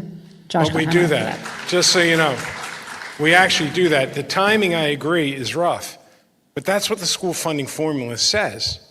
Like I said, we've got full funding for the first time in a long time recently. So people know when it's coming. The big problem we had is when we did S2 that everyone was complaining about, we said, hey, listen, you had 14 years to right size your schools. You did. You knew it was coming. You didn't do anything about it. So now you're going to complain that the state is being unfair. Every child getting 100% funding, not 150 and not 70, 100% funding is fair. And we did it, and it is fair. Josh Gottheimer. I just want to say what Steve's point is an important one. You've got some schools that are half empty and some schools that have too many kids, and they're not getting the same great education. We can fix these things, but it's all the bigger problem here is that it's just the same old. If we have to change the way we're running things because we're running a structural deficit of $2 billion. We keep falling further behind, and what do? We just keep raising taxes on folks and raising costs. We got to negotiate our healthcare costs for our state workers so they get great healthcare like they do in other states, but actually push the PBMs to lower the prices and actually go after them. We got to stop buying things the way we do as 564 municipalities. We don't buy things in bulk. We always pay retail instead of negotiating getting Costco prices. We have to reorient the whole system. This is just one way on the timing that we've got to fix it. Okay, we're going back over to Micah Rasmussen. Yeah, this is a question for Congressman Gottheimer. School vouchers, using public funds to send kids to private schools, are part of the federal reconciliation bill being considered by the House right now. Today, Politico said your position on vouchers is unclear. Can you make it clear? Oh, sure. I'm totally against vouchers. Listen, I support public schools, but I also like what our state has done over the years with some of our parochial schools to make sure they get busing, they get good security and technology, and that we invest in our kids. I also believe that in all of our communities, every kid should get universal pre-K, no matter where they live, and we got to support all of our communities on that, and all-day kindergarten. These are things we should do for every child in New Jersey. We've got amazing schools. It's an amazing state. We got to help people and all of our children get a great education. And then can I ask a follow-up for Senator Sweeney? What are the implications of a near-term federal voucher program for New Jersey students, parents, and schools? Well, again, hopefully the federal government will stop it. Hopefully we can get our federal delegation to stop it. And it'll hurt funding for schools. Bottom line, it'll hurt funding for the schools. So we really have to pay attention to what's coming out of Washington. This is what we've been talking about. Listen, we talk about health care.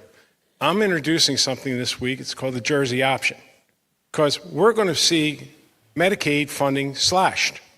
So what I plan on doing is creating a healthcare system that people can join, that the state will have a pool, a large pool, and people will be able to join and buy state health insurance, which will be cheaper and save people money. Because, listen, we got a lot of bad coming out of this administration, a whole lot of bad.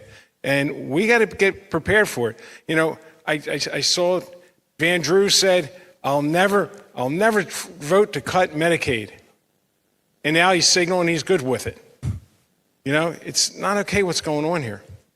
You know, we're beating that. I agree with Senator Sweeney.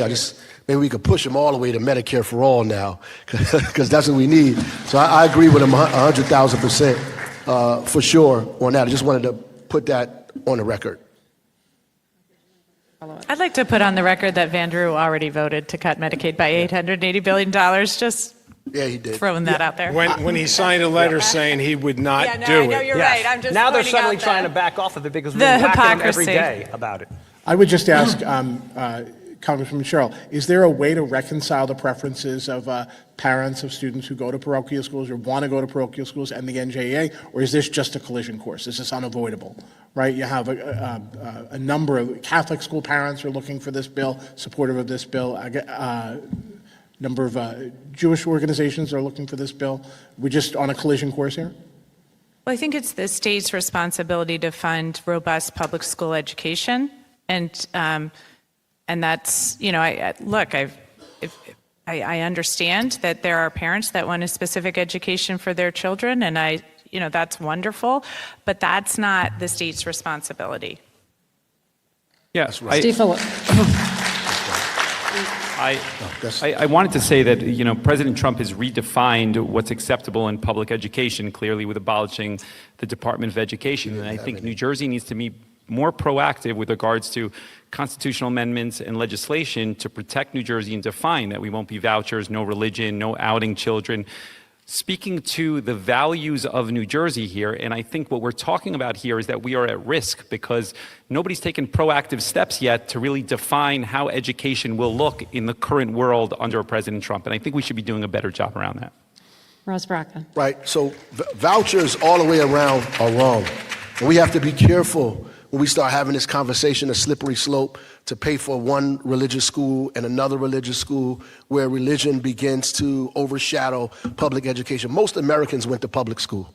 They went to public school because public schools work, because it is a system where all of us have been educated, and some of us have been educated at very high levels because of public school. We have to make sure that we protect the Constitution of this country and the Constitution of the state of New Jersey. That's more important than anything. I didn't swear allegiance to any of these people. I didn't even swear allegiance to the Democratic or Republican Party. When I took an oath, they said that I swear allegiance to the Constitution of the United States, the Constitution of the state of New Jersey, so help me God.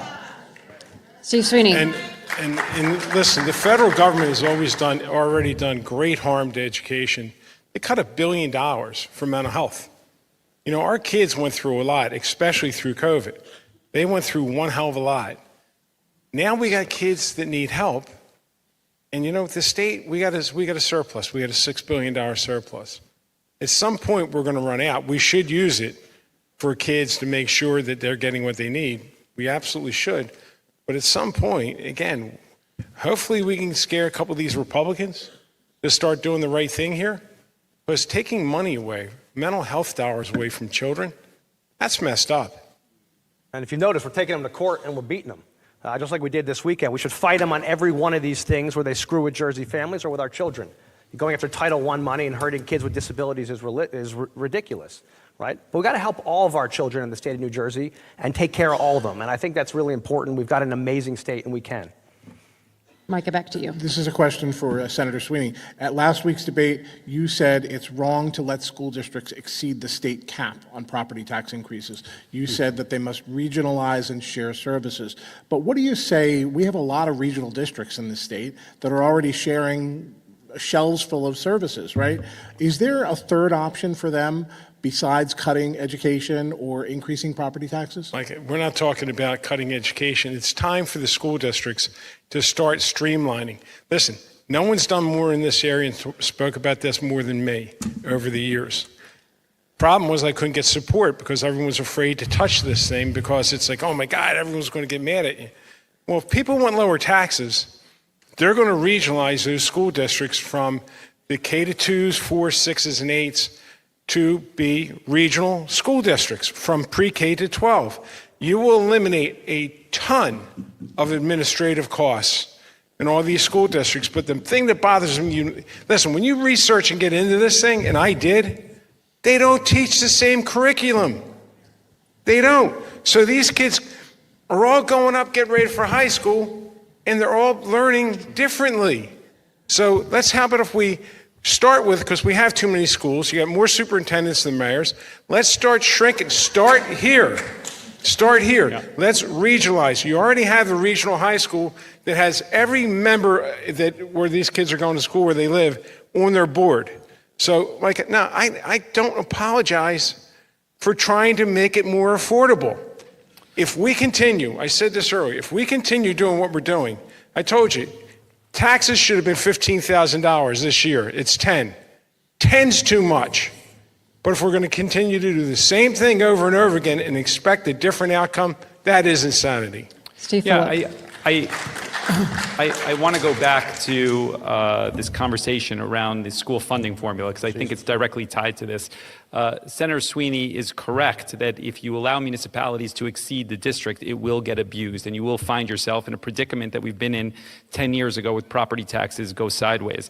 But I think that you do need to revisit that school funding formula. How do you incentivize municipalities and school districts to do the right thing? And that needs to be the priority for the next governor. One real quick thing. We did give them the ability to exceed. We said go to the voters. You know that, right? That was in the bill. You can exceed your cap. Yeah. Just ask the voters that live in that community for approval. Right. So we did that. Micah, back to you. Mayor Baraka, you said last week that healthcare or a discussion about education, cost of education has to begin with healthcare. What did you mean by that? What can we do about that? The cost of education has to do with healthcare? Yeah. Well, I think all public employees have a healthcare problem, whether they're public school employees, or city employees, or county employees, or state employees. I think the healthcare system in America is broken, and the one in New Jersey is broken as well. That insurance companies and hospitals make deals. There's no transparency between that. That make the healthcare costs grow arbitrarily. We could go get the same procedure at two different hospitals, and it'll be wildly different costs based on the negotiation that they made. I think it's wrong that we should involve ourselves in that, and that's what reference-based pricing is. People keep talking about it in various ways, but it's really called reference-based pricing. We're going to say we're going to pay a certain amount above Medicare, and that's it. The federal government has already established what the price of these procedures would be. If we just went 150% above Medicare, we could save the state over $1 billion in a couple of years. Mikey Sherrill. I think we're really circling around the two things, and this is key, and everybody's pointing it out. The two key costs to our municipalities, and it's education and it's medical and health insurance. And we're seeing the costs just go out of control in both cases. That's why I think for the health insurance, we have to have more competition in the market. Right now, we have Aetna, but that doesn't even go statewide. So as governor, I'm going to make sure we have more competition in the market. Also making sure that we have an independent auditor over state health benefits plan to make sure that that the money that we get back goes back into the municipalities and driving down costs, and also ensuring we lower property prices. And then those PBMs, ensuring that we have really take on the pharmacy benefit managers. These are a group that most people don't even know about that can be responsible for raising drug prices up to 10 times. Now everybody wants to weigh in on this. Steve Sweeney's next. Listen, Josh Gottheimer. Mikey, I got to tell you, I know all about PBMs. I passed the first reverse auction bill in the nation. It saved the state $500 million a year. That's how much we were getting ripped off. I know PBMs very well. And that's why you got to hold their feet to the fire. A reverse auction is simply an eBay. It's not complicated.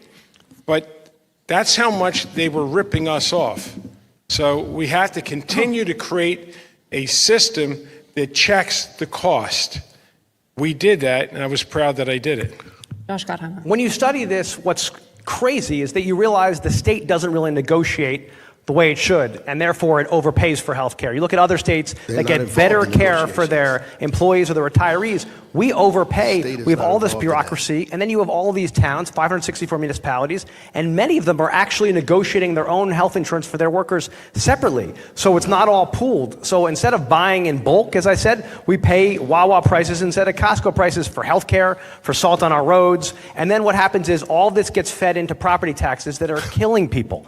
And we know that 41% of seniors are thinking of leaving because of the property taxes. has no idea what so he's we talking got about. we actually we got to change the whole system. It's insanity, as Steve said, just to keep doing this over and over again the way we're doing it. I want to tie it back into your previous question about retention of teachers and attracting teachers. The current system is unsustainable because teachers after Chapter 78 are paying an exorbitant amount of their salaries towards healthcare.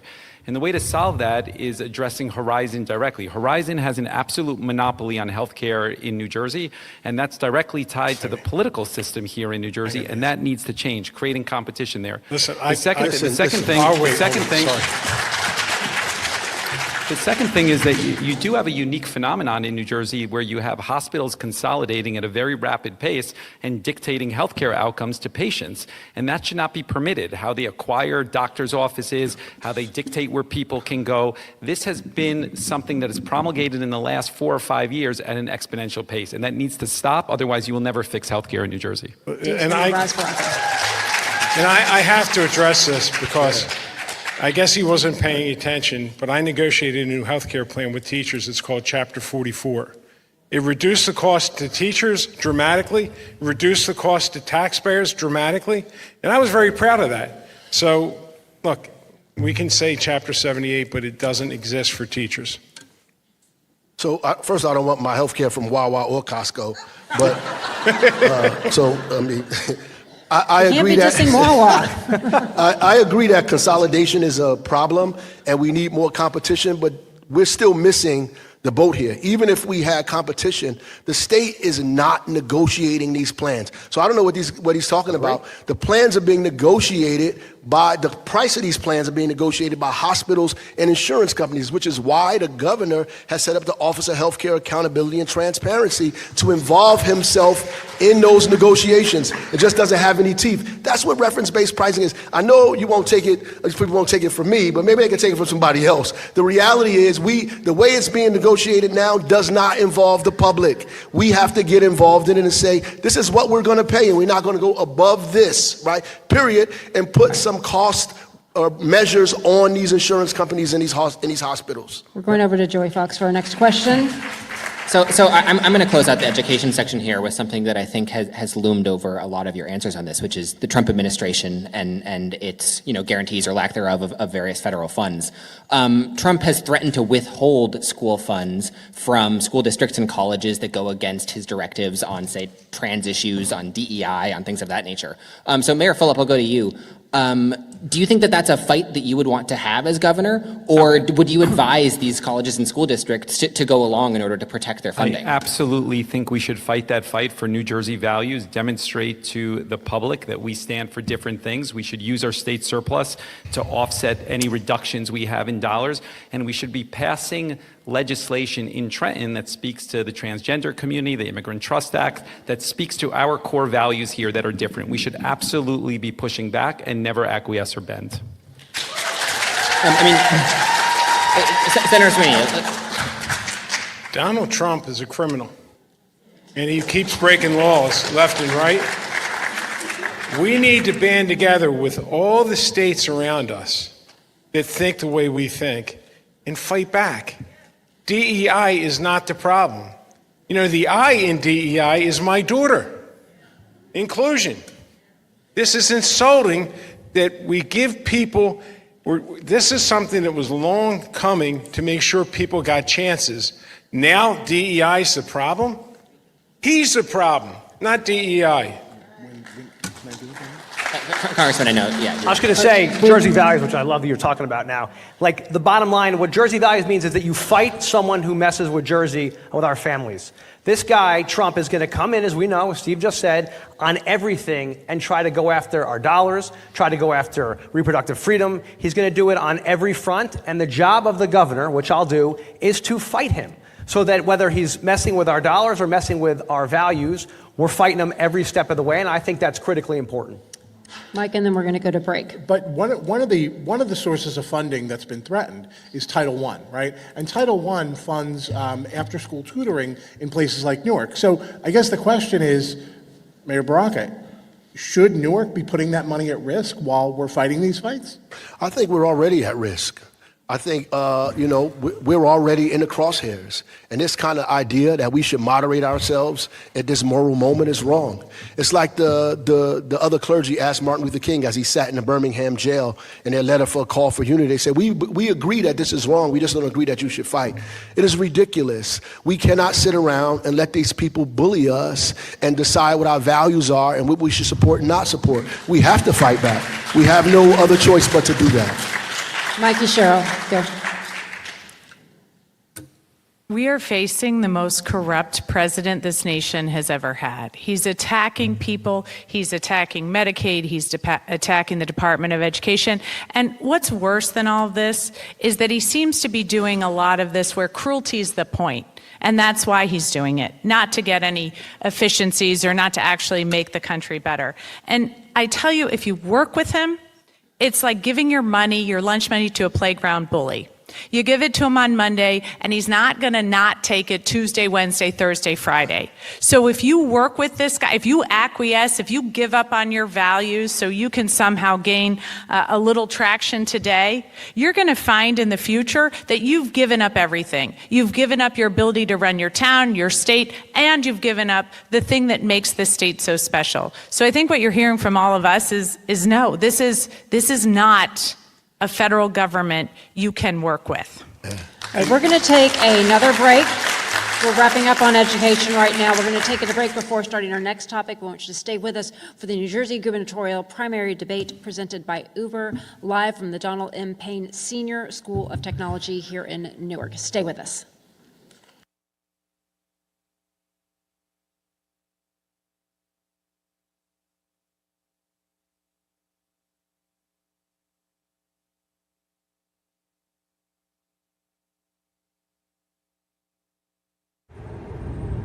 Everything is getting more expensive.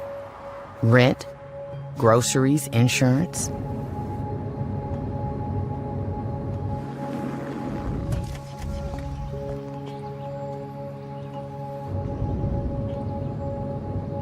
Uber is essential to my passengers. Insurance has gone up. This is hard for people. Join our fight to protect your access to affordable rides.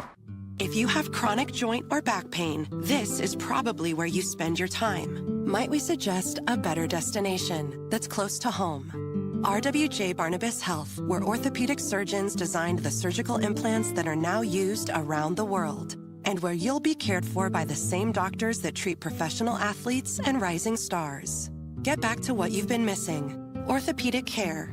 Do it right. Here, RWJ Barnabas Health. Today, 52 million Americans own cryptocurrency. We are the pioneers. The visionaries. The builders of a growing movement With the power to democratize the old economic models. And create a world economy of the people. For the people. And by the people. We are crypto. This is the moment for us to make our voices heard. We are the catalyst that will create a new world. With our numbers. With our voices. With our votes. We are crypto. Karen's about to retire. Here's what's going into her retirement. There's us. She raised us on our own. 10 years as my roller derby wife. Three schools she's opened. She's a mother. I think we turned out all right. She's a friend. Our mothers could tell stories. She's a teacher. She may be retiring, but she's not done. I'm never gonna stop. Retirement is the sum of your life's work. Now what? Get income for life and protect your life's work with Prudential. Every child deserves a great public school that meets their needs. That's why many families take advantage of charter schools as an option that's free, public, and open to all. See what's possible. Find a charter school near you.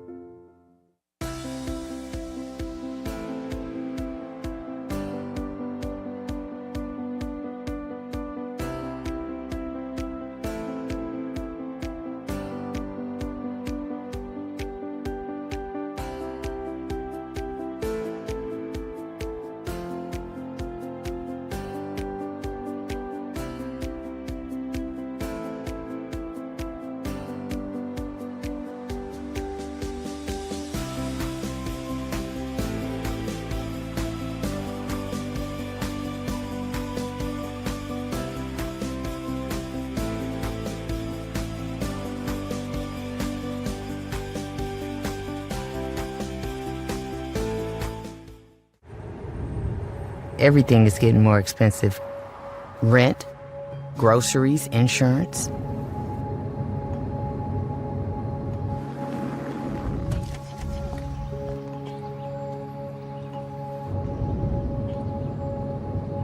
Uber is essential to my passengers. Insurance has gone up.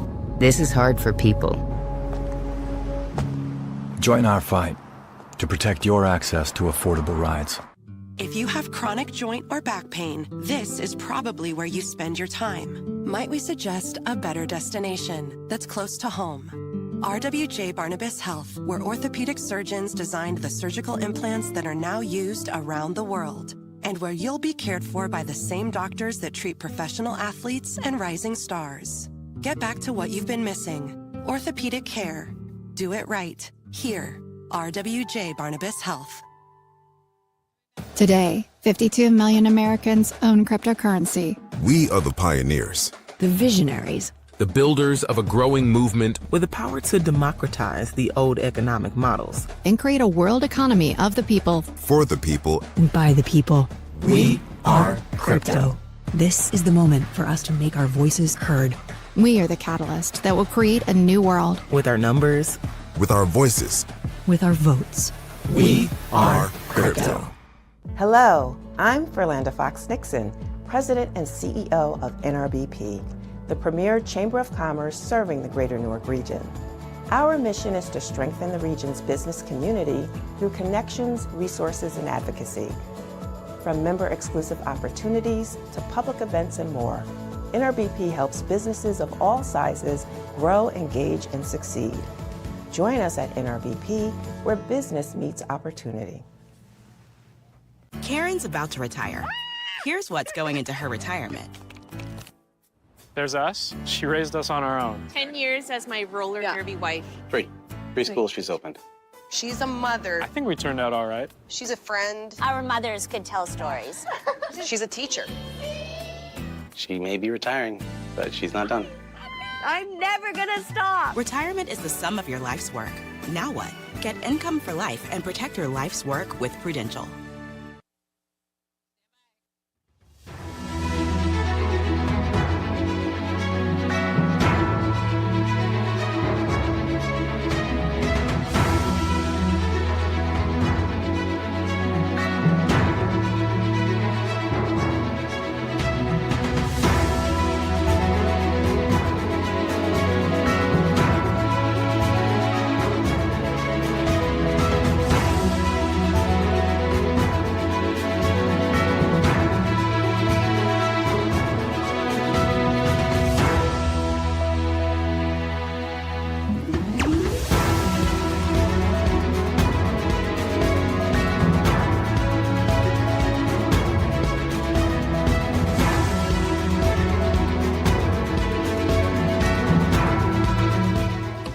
Welcome back. I'm Laura Jones, and we are live at the Donald N. Payne Senior School of Technology in Newark with the New Jersey Gubernatorial primary debate presented by Uber. Now, before we get back to our panelists and our final segment, we have another student question. This one comes from Alexis Pennycook of Rider University, and this question is going to go first to Raz Baraka, then Mikey Sherrill, on down the line. Over to you, Alexis. Hello. For young voters such as myself, what policies or plans do you have to convince us to vote for you? Say that again. I couldn't hear you. For young voters such as myself, what policies or plans do you have to convince us to vote for you? Well, thank you for that question. Right away, I think in Newark, we've already established 16 and 17-year-olds to give them the opportunity to vote so they can begin to engage in voting right now in the civic process as it begins. We also want to make sure that education is affordable. And that when people graduate from college, when they get a job, that housing is also affordable, that there's housing for you immediately, that if you want to raise a family, that you can afford to build a house or own a home in the state, that you also, the rent is also not killing you in the state as well, that we create pipelines so that kids can go right into the workforce immediately when they graduate from high school or graduate from college, that we work with our colleges and our institutions to prepare children for the workforce immediately. And so we need to put young people right into the workforce, make sure the state is affordable so they can own in the state of New Jersey, invest in their ideas, incubate their businesses, and at the same time get them engaged politically through civics by getting them to vote early on at 16 and 17. An 18-year-old, they should be automatically voting right away. Mikey Sherrill. Well, that's a great question because young people like you are the reason I'm running for governor. I have 4 teenagers right now, and the idea that we are not going to leave the world to them that I was able to grow up in, that they are not going to have the opportunities that I had, that somehow they aren't going to have the freedoms, that if they speak out against the government, they're going to be disappeared in the middle of the night. This is the stuff that keeps me up at night. And so that's why I'm fighting so hard against what we see coming from Washington. And I'm fighting to make sure New Jersey is a place you can live because honestly, I'm not sure what's going to go on in the other states as we see these constant attacks from the federal government. But if you're going to stay here, if you're going to live here in New Jersey, I'm going to fight to make sure you can afford a great education. We can stack credits so that if you get out of high school and you have to go to work right away, we can have certificate programs. We can make sure that you can go to community college and pay for it. Also driving down the cost of housing because right now too many young people can't afford to stay here. And finally, address our utility costs with clean power because our environment, the environment we are leaving to, the climate crisis has got to be faced right now because it gets worse every single day. Steve Sweeney. Well, we need to start winning a few fights in Washington at some point. I'll start with that. But listen, we have to make New Jersey affordable for you, so that you have a future here, that you can buy a house, that you can raise a family, that you can actually live here. Right now, you can't afford to buy a house. The largest growth, demographic growth in New Jersey are seniors right now, right? The smallest one are young people. They are moving out of the state because they can't afford to get their life started. So creating policies that will actually start to give kids a chance to say, hey, listen, I'm going to be able to buy a house. They're listening. They're doing something. We need to do something now to give confidence in young people. Josh Gottheimer. Thanks for that question. I have a 15-year-old daughter and a 13-year-old boy, and I think about this all the time of can they afford to be able to stay in Jersey? And I talk to people everywhere I go, and they say my kids, when they graduate, are leaving because rents are so expensive, up 33% in the last few years. One of the major papers in Jersey wrote recently that to get a middle-class house costs you need to make at least $161,000 a year. How can people coming right out of school afford that, whether they're going to a trade or going to community college, which I think we should help kids who can't afford pay for it? How are they going to be able to do that if we don't figure out a way to get costs down, to get taxes down, and to get rents down, which is why I'm giving young people a rental rebate so that you can afford to actually pay your rent and stay in Jersey. We invest so much in you. I got such a great gift to be able to grow up here and go to public school here and stay here. I want to make sure everybody gets that shot. Steve Phillip. Alexis, first I want to say thank you for that question, echo the sentiments there, and it is a key part of my campaign, and young people involved is a key part of the Democratic Party's potential for success come November. I'm proud to have the support of the College Democrats of New Jersey and the College Democrats of America, and it was a competitive process because I could articulate the vision of what New Jersey should be for those young people. Of course, housing is a key part of it. How do you make college affordable for these people and rethink higher education in New Jersey? Talking about AI and artificial intelligence, how that will change the employment aspect for the state of New Jersey and the country, and what governor or gubernatorial candidate is thinking about how do we redefine some of that stuff, and we've done that. And then finally, I would just talk about the environment. We've been very aggressive on this in New Jersey. And what I hear most often in Jersey City, and what I hear most often is that young people are concerned about what the environment and sustainability and climate change will look like for them. And they want a governor that's unapologetic about climate change, not bridging the gap with fossil fuels and all of this wishy-washy talk that is very clear, saying that I understand that we want to leave the world and New Jersey a better place. And I think I stand alone on that, and we've articulated all that. Alexis, thank you very much for your question. We appreciate you. Our final round, we're going to be focusing in on on affordability and taxes. David Wildstein of the New Jersey Globe, he's going to take the lead on this portion. Thanks. Congressman Gottheimer, I'll start with you. Jersey's reliant on federal aid, on grants, on loans, and this potentially creates a choice between budget cuts or tax increases. If the federal government dramatically reduces funding. If you were governor, and these are some tough choices to make, if you as governor had to cut state spending, can you identify a single program that costs over $100 million a year out of a $58 billion budget, $100 million a year that you'd be willing to cut?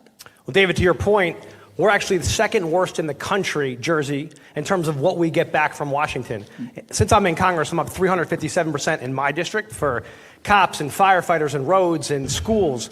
But the bottom line is we, as a state, are not, which is why I'm going to appoint a chief clawback officer to fight every day to get more of what we get back. Rhode Island gets 48% back more than we do, which makes no sense because we're not fighting hard enough to get these dollars back. And whatever dollars are there, we should get more of them to New Jersey for our taxpayers to help our families. We also, of course, need to stop getting it stuck to us by New York, who takes far too much on income taxes and doesn't give us what we deserve here in Jersey for our families. If you actually work in New Jersey, but for a New York company, they take the income tax. That's $4 billion a year. So what I would focus on, David, as my tax cut plan lays out at joshforjersey.com, is actually rethinking how we get more money back to Jersey so we can give people tax cuts. And we got to keep fighting Washington, as I've been doing, to make sure they back off of trying to mess with our budgets. And by the way, we've been taking them to court. We've been successful. We're going to fight it every single day. I'm trying to figure out why does he have to wait? Sure. Well, I'll say before we get to the responses, I just want to go back to the question, which a bunch of you will answer. Right. Can you name a program that you're willing to cut? Give me something significant that if there had to be draconian cuts in the state budget, what would you cut? I'm not accepting the premise of your question that there's going to be draconian cuts. The point is, a governor, as I'm going to be, is going to fight back against it each step of the way so we can have what we have, which is great for people, but actually just run things smarter and better here in Jersey without messing with our programs. Like New York and California have done, they've actually done efficiency studies and are running things better. You don't have to make that. It's a false choice, David. You can actually do great by people, fight to get more back to Jersey, go after tax cheats and other changes we got to make to run the state better and more efficiently, as we've been talking about all along. Go after New York, who's been sticking it to us with our income taxes. That's $4 billion a year that should come back to Jersey, and not accept this premise that we have to actually gut things in Jersey. We got to fight to protect them, and as governor, that's your job and what I'm going to do. Well, it's confusing because I'm trying to figure out why they have to wait to become the governor to get more money back from the government, because that's their job as congresspeople. Congresswoman Really, Sherrills and Congressman Gottheimer supposed to get more money for us. So I'm sorry, but he brought that up. I mean, so obviously he put his foot in his mouth. You cannot. Totally not. Actually, he should Ross, be doing that now. He can't wait to become the governor. Should not wait to become the governor to do that for us today. That's his job today. The reality is that we need to cut healthcare costs by stopping the spending to these insurance companies and these hospitals. That's number one. Number two, we need to repeal these Christie tax cuts, over $15 billion that we've given them, and Democrats have not clawed back over a decade that we've been giving money away, that we need to bring that back. I reject the premise that we have to cut Medicaid, that we have to cut services, that we have to cut things for working families in this state. We should be investing in working families and making millionaires pay their fair share. Josh Governor, you're getting 30 seconds, and I see others want to respond as well. 30 seconds to you. Mayor, just to fact check you, in my district, because we've been working with our mayors, we're up 357% since I'm in Congress. Well, you saying you being a governor. We're talking about the whole state here. We're not talking about your district. Mayor, we're talking about the whole state. We're not talking about your district. If I can finish, if you don't mind. Well, I'm talking about. So I'm going to bring what I have done in my district in northern Jersey to the whole state. I can't speak to what you've done in Newark and what you failed to claw back to Newark. Your property taxes are up 23% since you're mayor. Why don't you explain that? You've raised taxes on hardworking Bergen County has the highest property taxes in the entire state of New Jersey. What are you talking about? Can I answer the 30 question? seconds, Mr. Baraka. Can I answer the question? Well, I need to give him 30 seconds. Actually, Laura, I'd love to hear an answer to the question. I actually did answer the question. Okay. Right. I actually answered the question. I talked about what I would cut. period. Healthcare costs and bringing money back from billionaires. That is answering the question. If I didn't answer it the way he likes it, that's something different. What I did say, however, is that the Congress people's job today, I don't care how much he deflects and comes up with these Republican talking points, he forgets he's at a Democratic debate. Wait, so getting not money a back to Republican Jersey one. is a... At the end of the day, his job today, Exactly. And I've today his succeeded job in getting is it to bring back. money back to the state of New Jersey. That he's failed. If you look at his Exactly. record, Okay. you Steve should Phillip see and that Steve Sweeney. I mean, look at the facts, Steve Mayor. Phillip. Up 357% to the 5th District of Jersey. The audience We could can't do this hear when you're talking across the over each state. other. I Steve Phillip. don't understand. Steve Phillip. In the last debate, they were constantly touching each other. Now they're fighting with each other. I mean, I don't get it. But let me just say something. I think number one is you need wholesale change on this Christmas tree item process at the end of the budget process. That's $1 billion right there. And that is unacceptable. And Republicans point to that. I think there's validity to that. Number two is the entire tuition assistance grants for higher education is a warped, perverse system that incentivizes universities to raise their tuition every year because of how New Jersey funds it. It's a conversation that we need to have. And then finally, I would tell you, beyond the healthcare and raising taxes on the billionaires, the reality is that Rutgers is a huge line item that has lost its way with a priority around football instead of education. And I think we need to have a conversation around that. Steve Sweeney, you're next. Again, we need a better budget process, number one, so we know what we have and what we can't afford. But, you know, to say we're going to continue to, I keep repeating this, we're going to continue to deliver government the way we're delivering it, and we're expecting to come up with savings. Listen, there's no one on the stage more than I that did shared services, that reduced costs to governments, that created countywide EMS, countywide tax assessment, countywide 911. You know, so like I said, there's a way to do this, but you're not going to always be popular when you do it. Now, I got to agree with the mayor. Listen, with all due respect, and I like both of my Congress people here, this is a federal issue. We need to start winning some fights. We haven't won yet. We only got to get two. We only got to get two Republicans to start moving in a different direction, and we'll start winning again. David, back to you. So let me go to another affordability issue. Electricity bills are growing like gangbusters. You're hearing this all the time on the campaign trail. One of your possible Republican opponents, Mayor, I won't mention his name. Thank you. But one of your Republican opponents has said he'll get rid of the Board of Public Utilities. He'll clean house at the BPU senior staff level. Senator Sweeney, and then we'll go to Mayor Fulop. Senator, do you agree with that unnamed Republican? No, I don't agree with him. I think we need to professionalize the Board of Public Utilities to make sure everyone on the Board of Public Utilities is an expert, number one, in energy costs. Number two, it's the energy policies that are driving the cost, unfortunately. We shut down too much power in New Jersey before wind came along, and with President Trump, it's not here. So, listen, I'm the one candidate. I wrote the RGGI law, Regional Greenhouse Gas Initiative. I wrote the solar legislation to create solar. I created the wind legislation, and I did the ZECs, the zero emission credits, because I remember Congresswoman Cheryl saying she's the only one who talks about, nuclear. I'm the one that kept nuclear plants from closing. The electric costs in this state, it's 43% of our energy, so policy matters. And no one up here on the stage might say it, but I'm going to say it. We still need gas. We can't afford all this clean energy. We need more power. And guess what? Once we get more power generated, New Jersey used to export energy to other states. We were the envy. We generated more than we needed, and then we sent it and sold it. We're now relying on the PJM. We need to be self-sufficient. We need to create jobs here in New Jersey so that we can actually put people back to work. Mikey Sherrill, you had a follow-up, and then Steve Phillip. Mikey Sherrill had her hand up first, and then I'll go to Steve Phillip. I think he called on So me first, I but- totally agree. Oh, you did? I did. Yeah, you do. Okay, yeah. I just want to say really quick on the. I don't know. The ref made a call. I got to live with it. I saw David, Mayor I Fulop was first. going based on your lead, David. Yeah, I was but going let's based not on your waste lead. time arguing about the call. Okay. Okay, go ahead. Go ahead. Sure. So Mayor Fulop and then No, Congressman Cheryl. I defer to the Congresswoman. Done. I'll take the deal. Go ahead. Go ahead.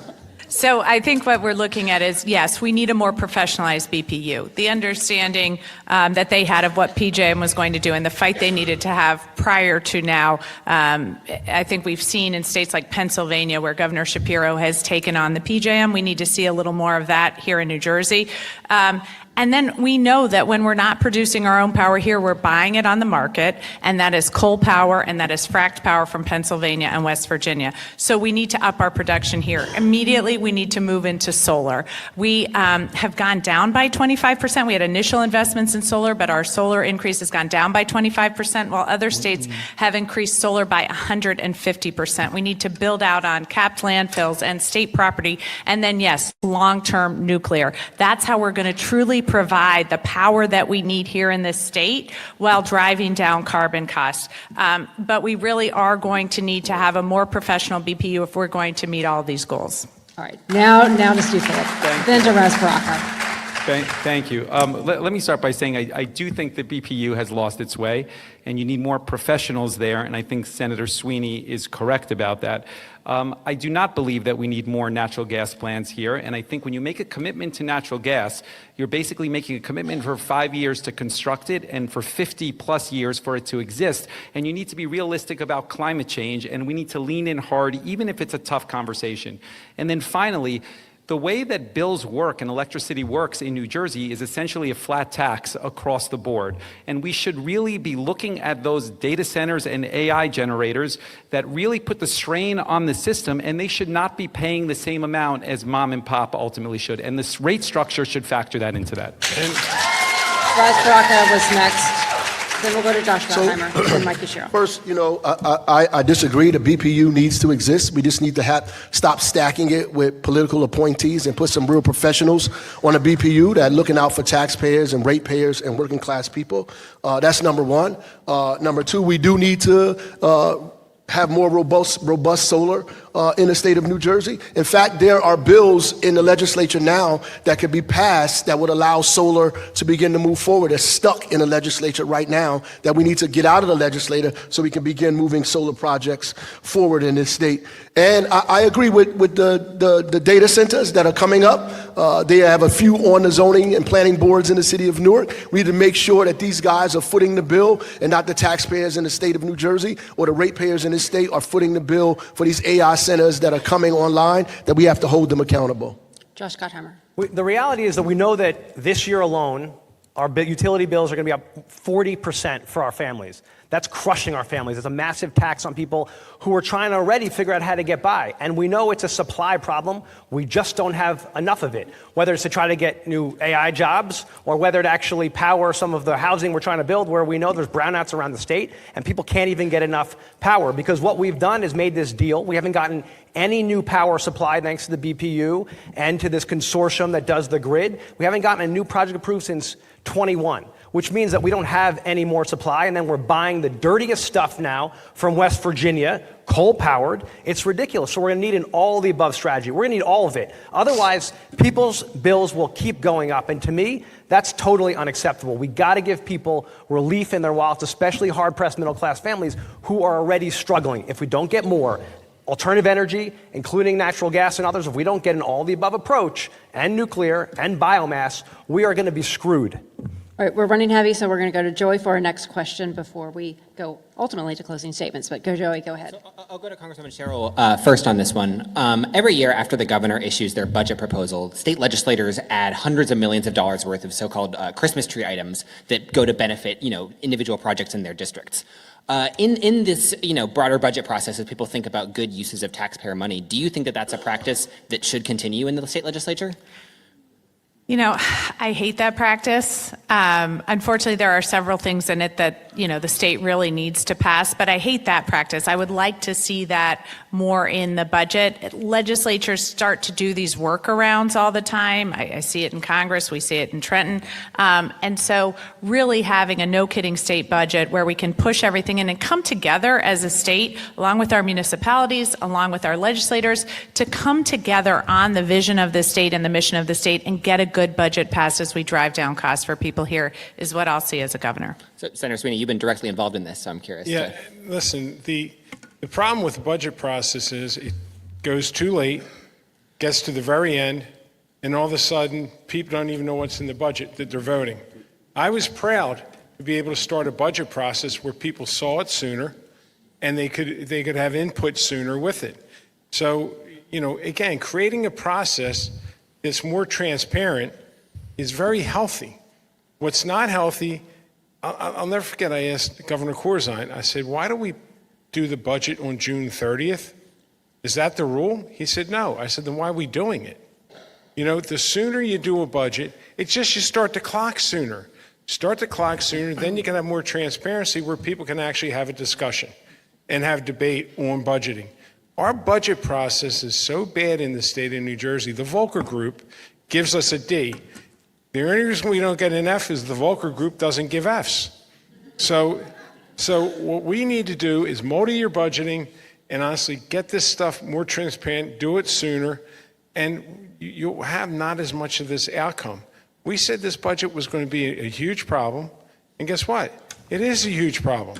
Mayor Phillip. Yeah, I would just say, yes, the Christmas tree items are a problem. The entire structure of that is problematic.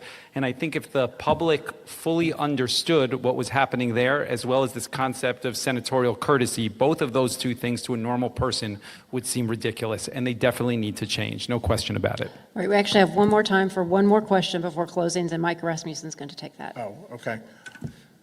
Oh, sorry. No, David has one other. Micah, then David. All right, we're going to go to David. We need then. a moderator. We're going to David. I'll tell you what, I apologize, Micah. We're running short. I'm going to go this before we go to opening statements. I went to a small neighborhood grocery store not far from this school on Friday, and I price compared costs of eggs with a supermarket in Livingston near where I went to school. And food is more expensive for people without money. It was 40% higher for people in Newark to buy eggs than it was for Livingston. How can you fix that? You're raring to go, but go. Mayor Baraka, go ahead.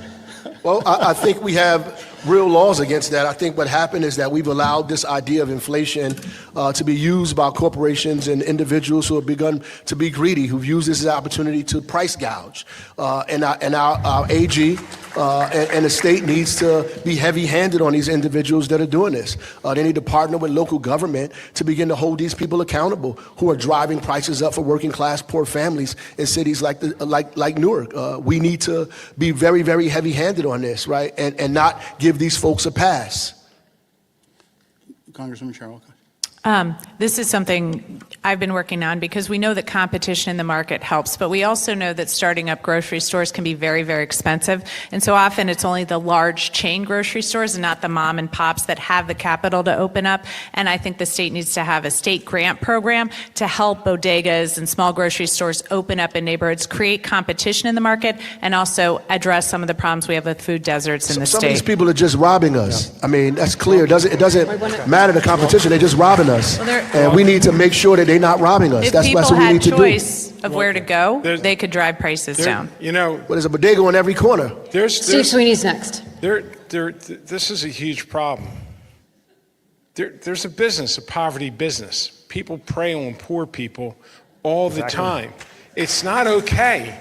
And you know something? And because people don't have choices to get, especially some of these stores, we tried to do some things with bodegas, and some worked and some didn't. But most importantly, we've got too many food deserts in the state and in poor areas in the state. Creating more opportunities for people to get healthy food. I'm saying there's people that pray when it comes to food, when it comes to housing, and you know something? The poor people are the ones that pay more than the middle-class suburban people. It's not okay, and we should crack down on that. And I think you could with the Attorney General. Yes.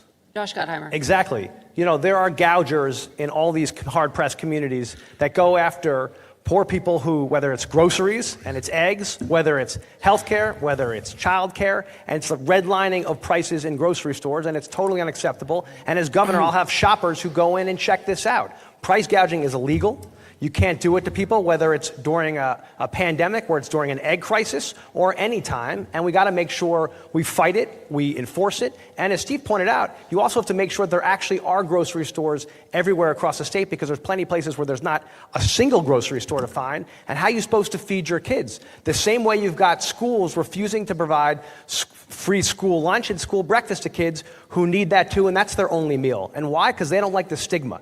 Well, it's time we reverse that, and as governor, I will. Right. More grocery stores are not the answer to food desert still, by the way. I think that there's a couple things. I think we agree that the Attorney General needs to be strong and price gouging is unacceptable. I think in the short term, the Economic Development Authority for the state of New Jersey needs to be more aggressive with grants and incentivizing new developments to include supermarkets, predominantly in census tracts that tend to be poorer. And I think longer term, the solution is obviously linked to mass transit. You need more transportation access, more bus access in poorer areas. You've seen New Jersey Transit moving actually in the opposite direction. And longer term, the way that you're going to confront this challenge is creating more access and opportunity, and that comes with mass transit. Right. The reality is that these guys are missing These guys are missing the boat as usual. The reality is you could put more supermarkets in these places. Access to the supermarket does not necessarily diminish food deserts. The cost of the food is the problem. People's wages and people price gouging. You can have a bunch of supermarkets in a place.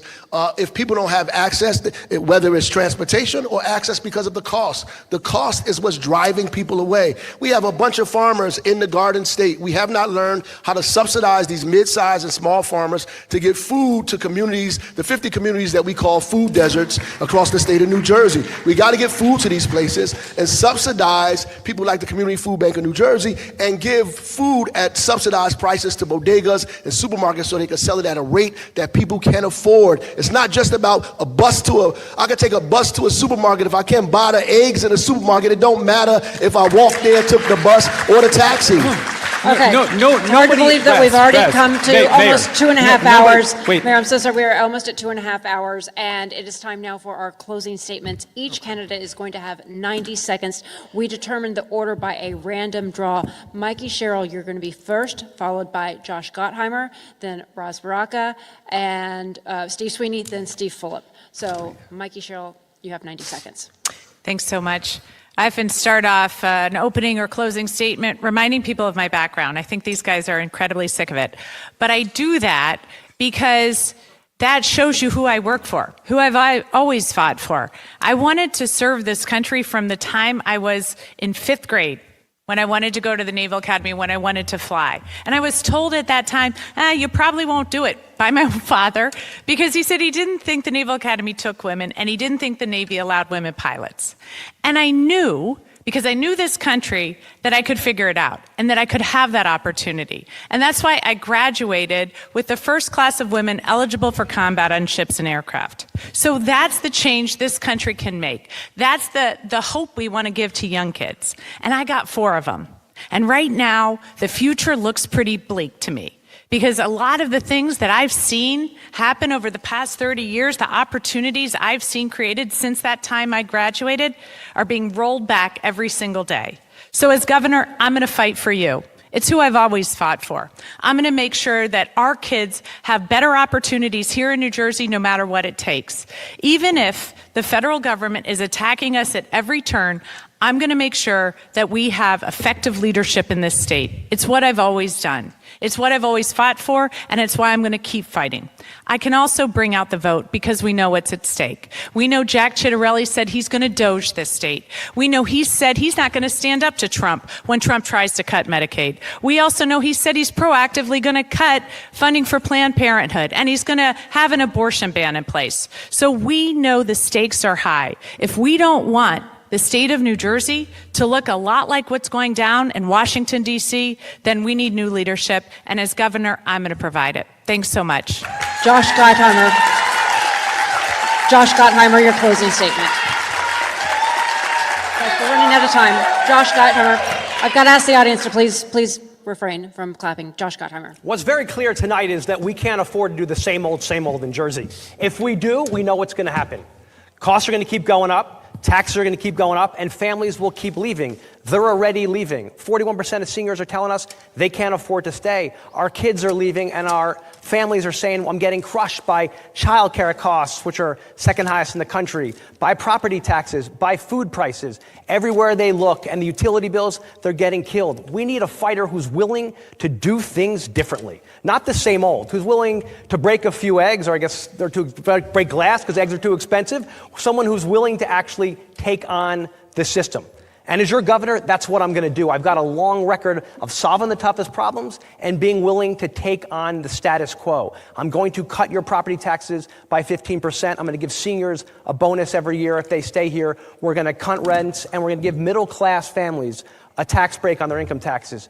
It's not impossible. We've done it before as Democrats. They told me it was impossible when I ran for Congress in a seat that hadn't been won by a Democrat in 84 years.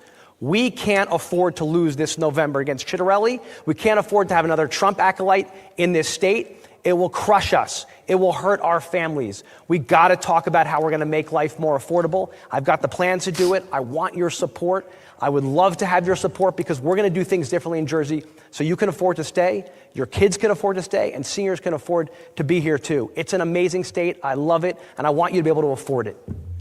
Russ Baraka. Thank you. I think I served my country as well. I served it by making sure kids stayed alive and they finished college and made it to a career. I pulled many families out of poverty. I fought the wealth cap and made sure the Constitution was real to every American that lived in the city of Newark. We having this discussion about electability, and they always ask us, will you vote for whoever's the nominee? And everybody says yes, but I don't really believe that because there are people up here on this stage that are stoking fear out in the community. They're saying that they're the only ones electable and nobody else is electable. I think if all of us support whoever is the nominee, that person is in fact electable. And I'm gonna tell you why they say I'm not electable. 1, because I'm from Newark. 2, because I'm too progressive. And 3, because I'm too black. Well, I like being from Newark. I like being from Newark. As a matter of fact, I think because you're closest to the problems, you're closest to the solutions. I also like being progressive. I like being progressive and standing on my progressive values. I think that's what brings us together. And I can't do nothing about being black. God made me beautiful and amazing on purpose. At the end of the day, I come from a long line of African-American women who fought hard and prayed even harder so I could be on this stage here today. They didn't think I would be on this stage 20 days out from the primary, that we couldn't raise the money that we raised. But New Jersey is ready for the future. They tired of the old past. New Jersey is ready for something different, not the weak playbook of the Democratic Party that is getting us in a situation that we're in over and over and over again. They ready for Ras Baraka. They ready for the first African-American governor of this state. They're ready for change. They're ready for reimagination, and they're ready for me. Vote Ras Baraka, June 10th, Democrat for governor. Steve Sweeney.